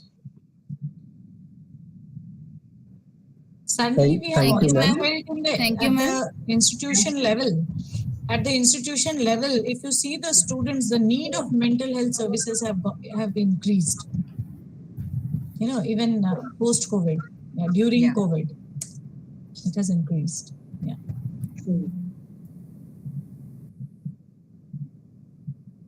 So do we have Jyoti? I think. Yes, I was trying to connect her, but I guess now I was not able. Yes, you are having. Yeah, Vinodji, one more query is with me for Professor Neena Pandey, ma'am. Again, ma'am, the students is not able to connect with this link, so they have sent their queries to me, and this is for Professor Neena Pandey, ma'am, and she has actually a big, write up. She WhatsApp me, so she just actually, but I was able to make it out. I'll explain here. So she said that जब Covid pandemic के दौरान जो हमारे adolescent girls हैं they were bound to be in a house, so or children, they were not of this habit to be always stay at home, but they were bound to be at home, and उसी समय उनका जो behaviour modification का एक requirements बहुत ज़्यादा बढ़ गया, और उनकी लाइफ स्किल्स, उनका जो एजुकेशंस है वो भी बहुत अफेक्टेड हुआ. तो जो लाइफ स्किल्स, एजुकेशन और बिहेवियर मॉडिफिकेशन को as a social work profession के थ्रू हम कैसे उनको हेल्प कर सकता है सोशल वर्क के थ्रू, उनको लाइफ स्किल एजुकेशन और बिहेवियर मॉडिफिकेशन प्रोवाइड करने में. This is what I could trace out from her question. Being at home, जैसे कि मैं यही कहना चाहूंगी इसमें कि एक तो ये बात निकल के आई कि होम सबके लिए सेफ नहीं है, कुछ के लिए है पर सबके लिए सेफ नहीं है, क्योंकि the kind of abuse and जो केसेस जो बढ़ करके आए, कितना रिस्पाइट होता था बहुत सारे रिलेशनशिप में जब 8 घंटे के लिए या 10 घंटे के लिए कोई एक व्यक्ति बाहर जाता था और कोई अंदर रहता था, या अलग अलग रहते थे, सबको अपना एक स्पेस मिलता था, which was taken away due to COVID and because of the decision stay at home. But and second thing is that even the children, immediately the parents or whosoever was there, the parent or whosoever the take care करने वाले जो care taker थे घर में बच्चों के या जो भी, सबको एक इमीडिएटली एक चैलेंज पोज हुआ कि how to spend time within that four walls, so called four walls, with the relationships which are always there. Even the children they did not have anything to do, but then अभी आप देखिए studies जितनी आ रही हैं कि कितना screen time बढ़ गया, कितने आईसाइट के इश्यूज हो गए बच्चों को, और उसके ऊपर these are all being reported, and कितने बच्चों ने वेब सीरीज और जो कुछ भी देखा, उस मीडिया का क्या असर हो रहा है, वो सारी चीजें, अग्रेशन, बिहेवियर, वो सारी चीजें निकल के आ रही हैं. The fact is that now we are conscious enough about the reality, what has been the lived reality of those children. Based on that, we can begin, the response. यही मेरा answer होगा इस चीज के लिए कि now that we have seen how it has, we were talking about quality time, और जब समय मिल गया घर में तो बच्चों को भी बहुत सारी सच्चाइयां पता चली रिलेशनशिप की, घर की, माहौल की, है ना, होम एनवायरनमेंट की, बहुत सारी चीजों को लेकर के जिसके लिए बहुत लोग सचेत नहीं थे. But it has posed that challenge. We have come to know about this, lived reality. And I think we should, as social workers, we should accept that lived reality and plan ourselves accordingly. ऐसा मेरा कहना होगा, because you need to take initiatives at school level, at family level, at neighborhood level. लेना पड़ेगा, क्योंकि लोगों के physical सेहत से लेके ऑफ कोर्स मेंटल सेहत की जो बात हो रही है पर फर्क पड़ा है, बच्चों के बहुत फर्क पड़ा है. Thank you ma'am. Thank you, ma'am. With this, we would like to move to the last part of the today's session. And with this, I would like to call upon Dr. Kondelinga Swami, Assistant Professor at School of Social Work, Indira Gandhi National Open University, to place vote of thanks. Dr. Kondelinga Swami. Thank you, Dr. Meanwhile, Kajal had raised her hand. So Kajal, can you just write your comment or question so that it is Yes, not... yes. Yeah. Sorry. Ma'am, I want to ask Okay, ma'am. one We will question. come back. Ojala, We'll With the पूछ सकते permission हैं of the question. organizers. Can I ask? If you don't mind, may I ask Please, question?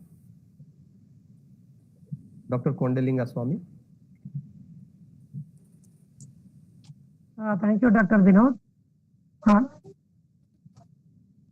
He's Honorable asking Vice Chancellor. Just a minute, sir. Kajal is going to ask some questions. Is she there? Yeah, she's there with us. Okay, okay, Yeah. okay. Okay, Kajal, can you hear us? Okay, yes, sir. Actually, ma'am, I want to ask one question. Like, gender discrimination is related to the masculine. Kajal, can you hear us? Yes, sir. Am I audible to you? Yes, yes, Yes, you are you audible. are. Yes, You know, Kajal, it please is carry on. very Yeah. audible. Huh. Okay. Ma'am, like everything is related to the masculinity or feminism, right? Gender discrimination. I think if we are minimize both of these things, that may be helpful transgender also to come up in front of us, because we are rejecting transgender people because they, if we are talking about hijra, they want to hide themselves because they do not want to show their feminism, right? If we are try to minimize the discrimination between male and female, that may be helpful for the transgenders and other community LGBTQ peoples to come up in front of us. If I may just very quickly respond to that, is that okay, Dr. Seema? Yes, ma'am. Please. Yeah. No, just to say that yes, Kajal, thank you for raising that. And we probably haven't spent enough time by discussing a very important point that you're talking about, and that is notions of masculinity and femininity in society and how they impact gender roles. And you're bringing in a good point. But since it's the last question, I'm being very brief in my response. But thank you for that. Okay, then. Back Thank to you. you. If, Professor Leena Pandey, ma'am, if you want to comment on this, if you please. I think her comment is, we are on the same page. So no comments from my side. We are on the same page, Kajal, and what Professor Sarthi said, I think I totally agree. And ma'am, what do you think, like after COVID-19, gender Okay, ma'am. discrimination? Thank you. With this, we will close the question answer session here. And I would like to call upon Dr. Kondalinga Swami for a formal vote of thanks. Dr. Swami. Thank you, Dr. Vinod. Honorable Vice Chancellor, Professor Nageshwar Rao ji, esteemed Pro Vice Chancellor, Professor Arti Das, Professor Uma Kanjilal, distinguished speakers, Professor Kalpana Sarthi, Professor Neena Pandey, Director, School of Social Work, IGNOU, faculty, colleagues, and dear learners. On behalf of School of Social Work, Indira Gandhi National Open University, and its entire team, I feel immense pleasure to place on record my sincere vote of thanks to our Honorable Vice Chancellor, Professor Nageshwar Rao ji, for his continuous encouragement and support in starting the National Webinar Series.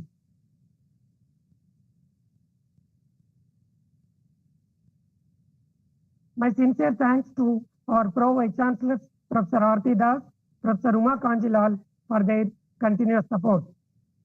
We are immensely thankful today's speakers, Professor Kalpana Sarthi, Deputy Director, TIS, Guwahati Campus, Professor Neena Pandey, Department of Social Work, Delhi University. We would like to extend my sincere thanks to Professor Rose Nembikim, Director, School of Social Work, and other faculty members of School of Social Work for their cooperation and active involvement designing and finalizing the themes of National Webinar Series. We are also thankful to all regional directors in disseminating the details of webinars in their respective areas. We are also thankful to Team COE for their technical support. This program could not have seen the day without active support of our staff at the School of Social Work. I sincerely thank them for their efforts. Lastly, I extend my sincere thanks to all the learners and other participants to make this webinar a grand success. Once again, thank you one and all. With this, we would like to close the session. Thank you. Thank you all. Thank you for your valuable deliberations. We'll connect. Thank you so much, IGNOU team. Thank you, Honorable Vice Chancellor. Kalpana ma'am, thank you so much. It is always a pleasure to listen to you. All of you. Thank you. Professor Pandey, Professor Rose. Bye-bye. Thank you all very much. Dr. Benny. Thank you, ma'am. Thank you, Nina ma'am. Thank And you, most of Kalpana all ma'am. to the students who have raised Yes. and Thank you, ma'am. participated. Thank you.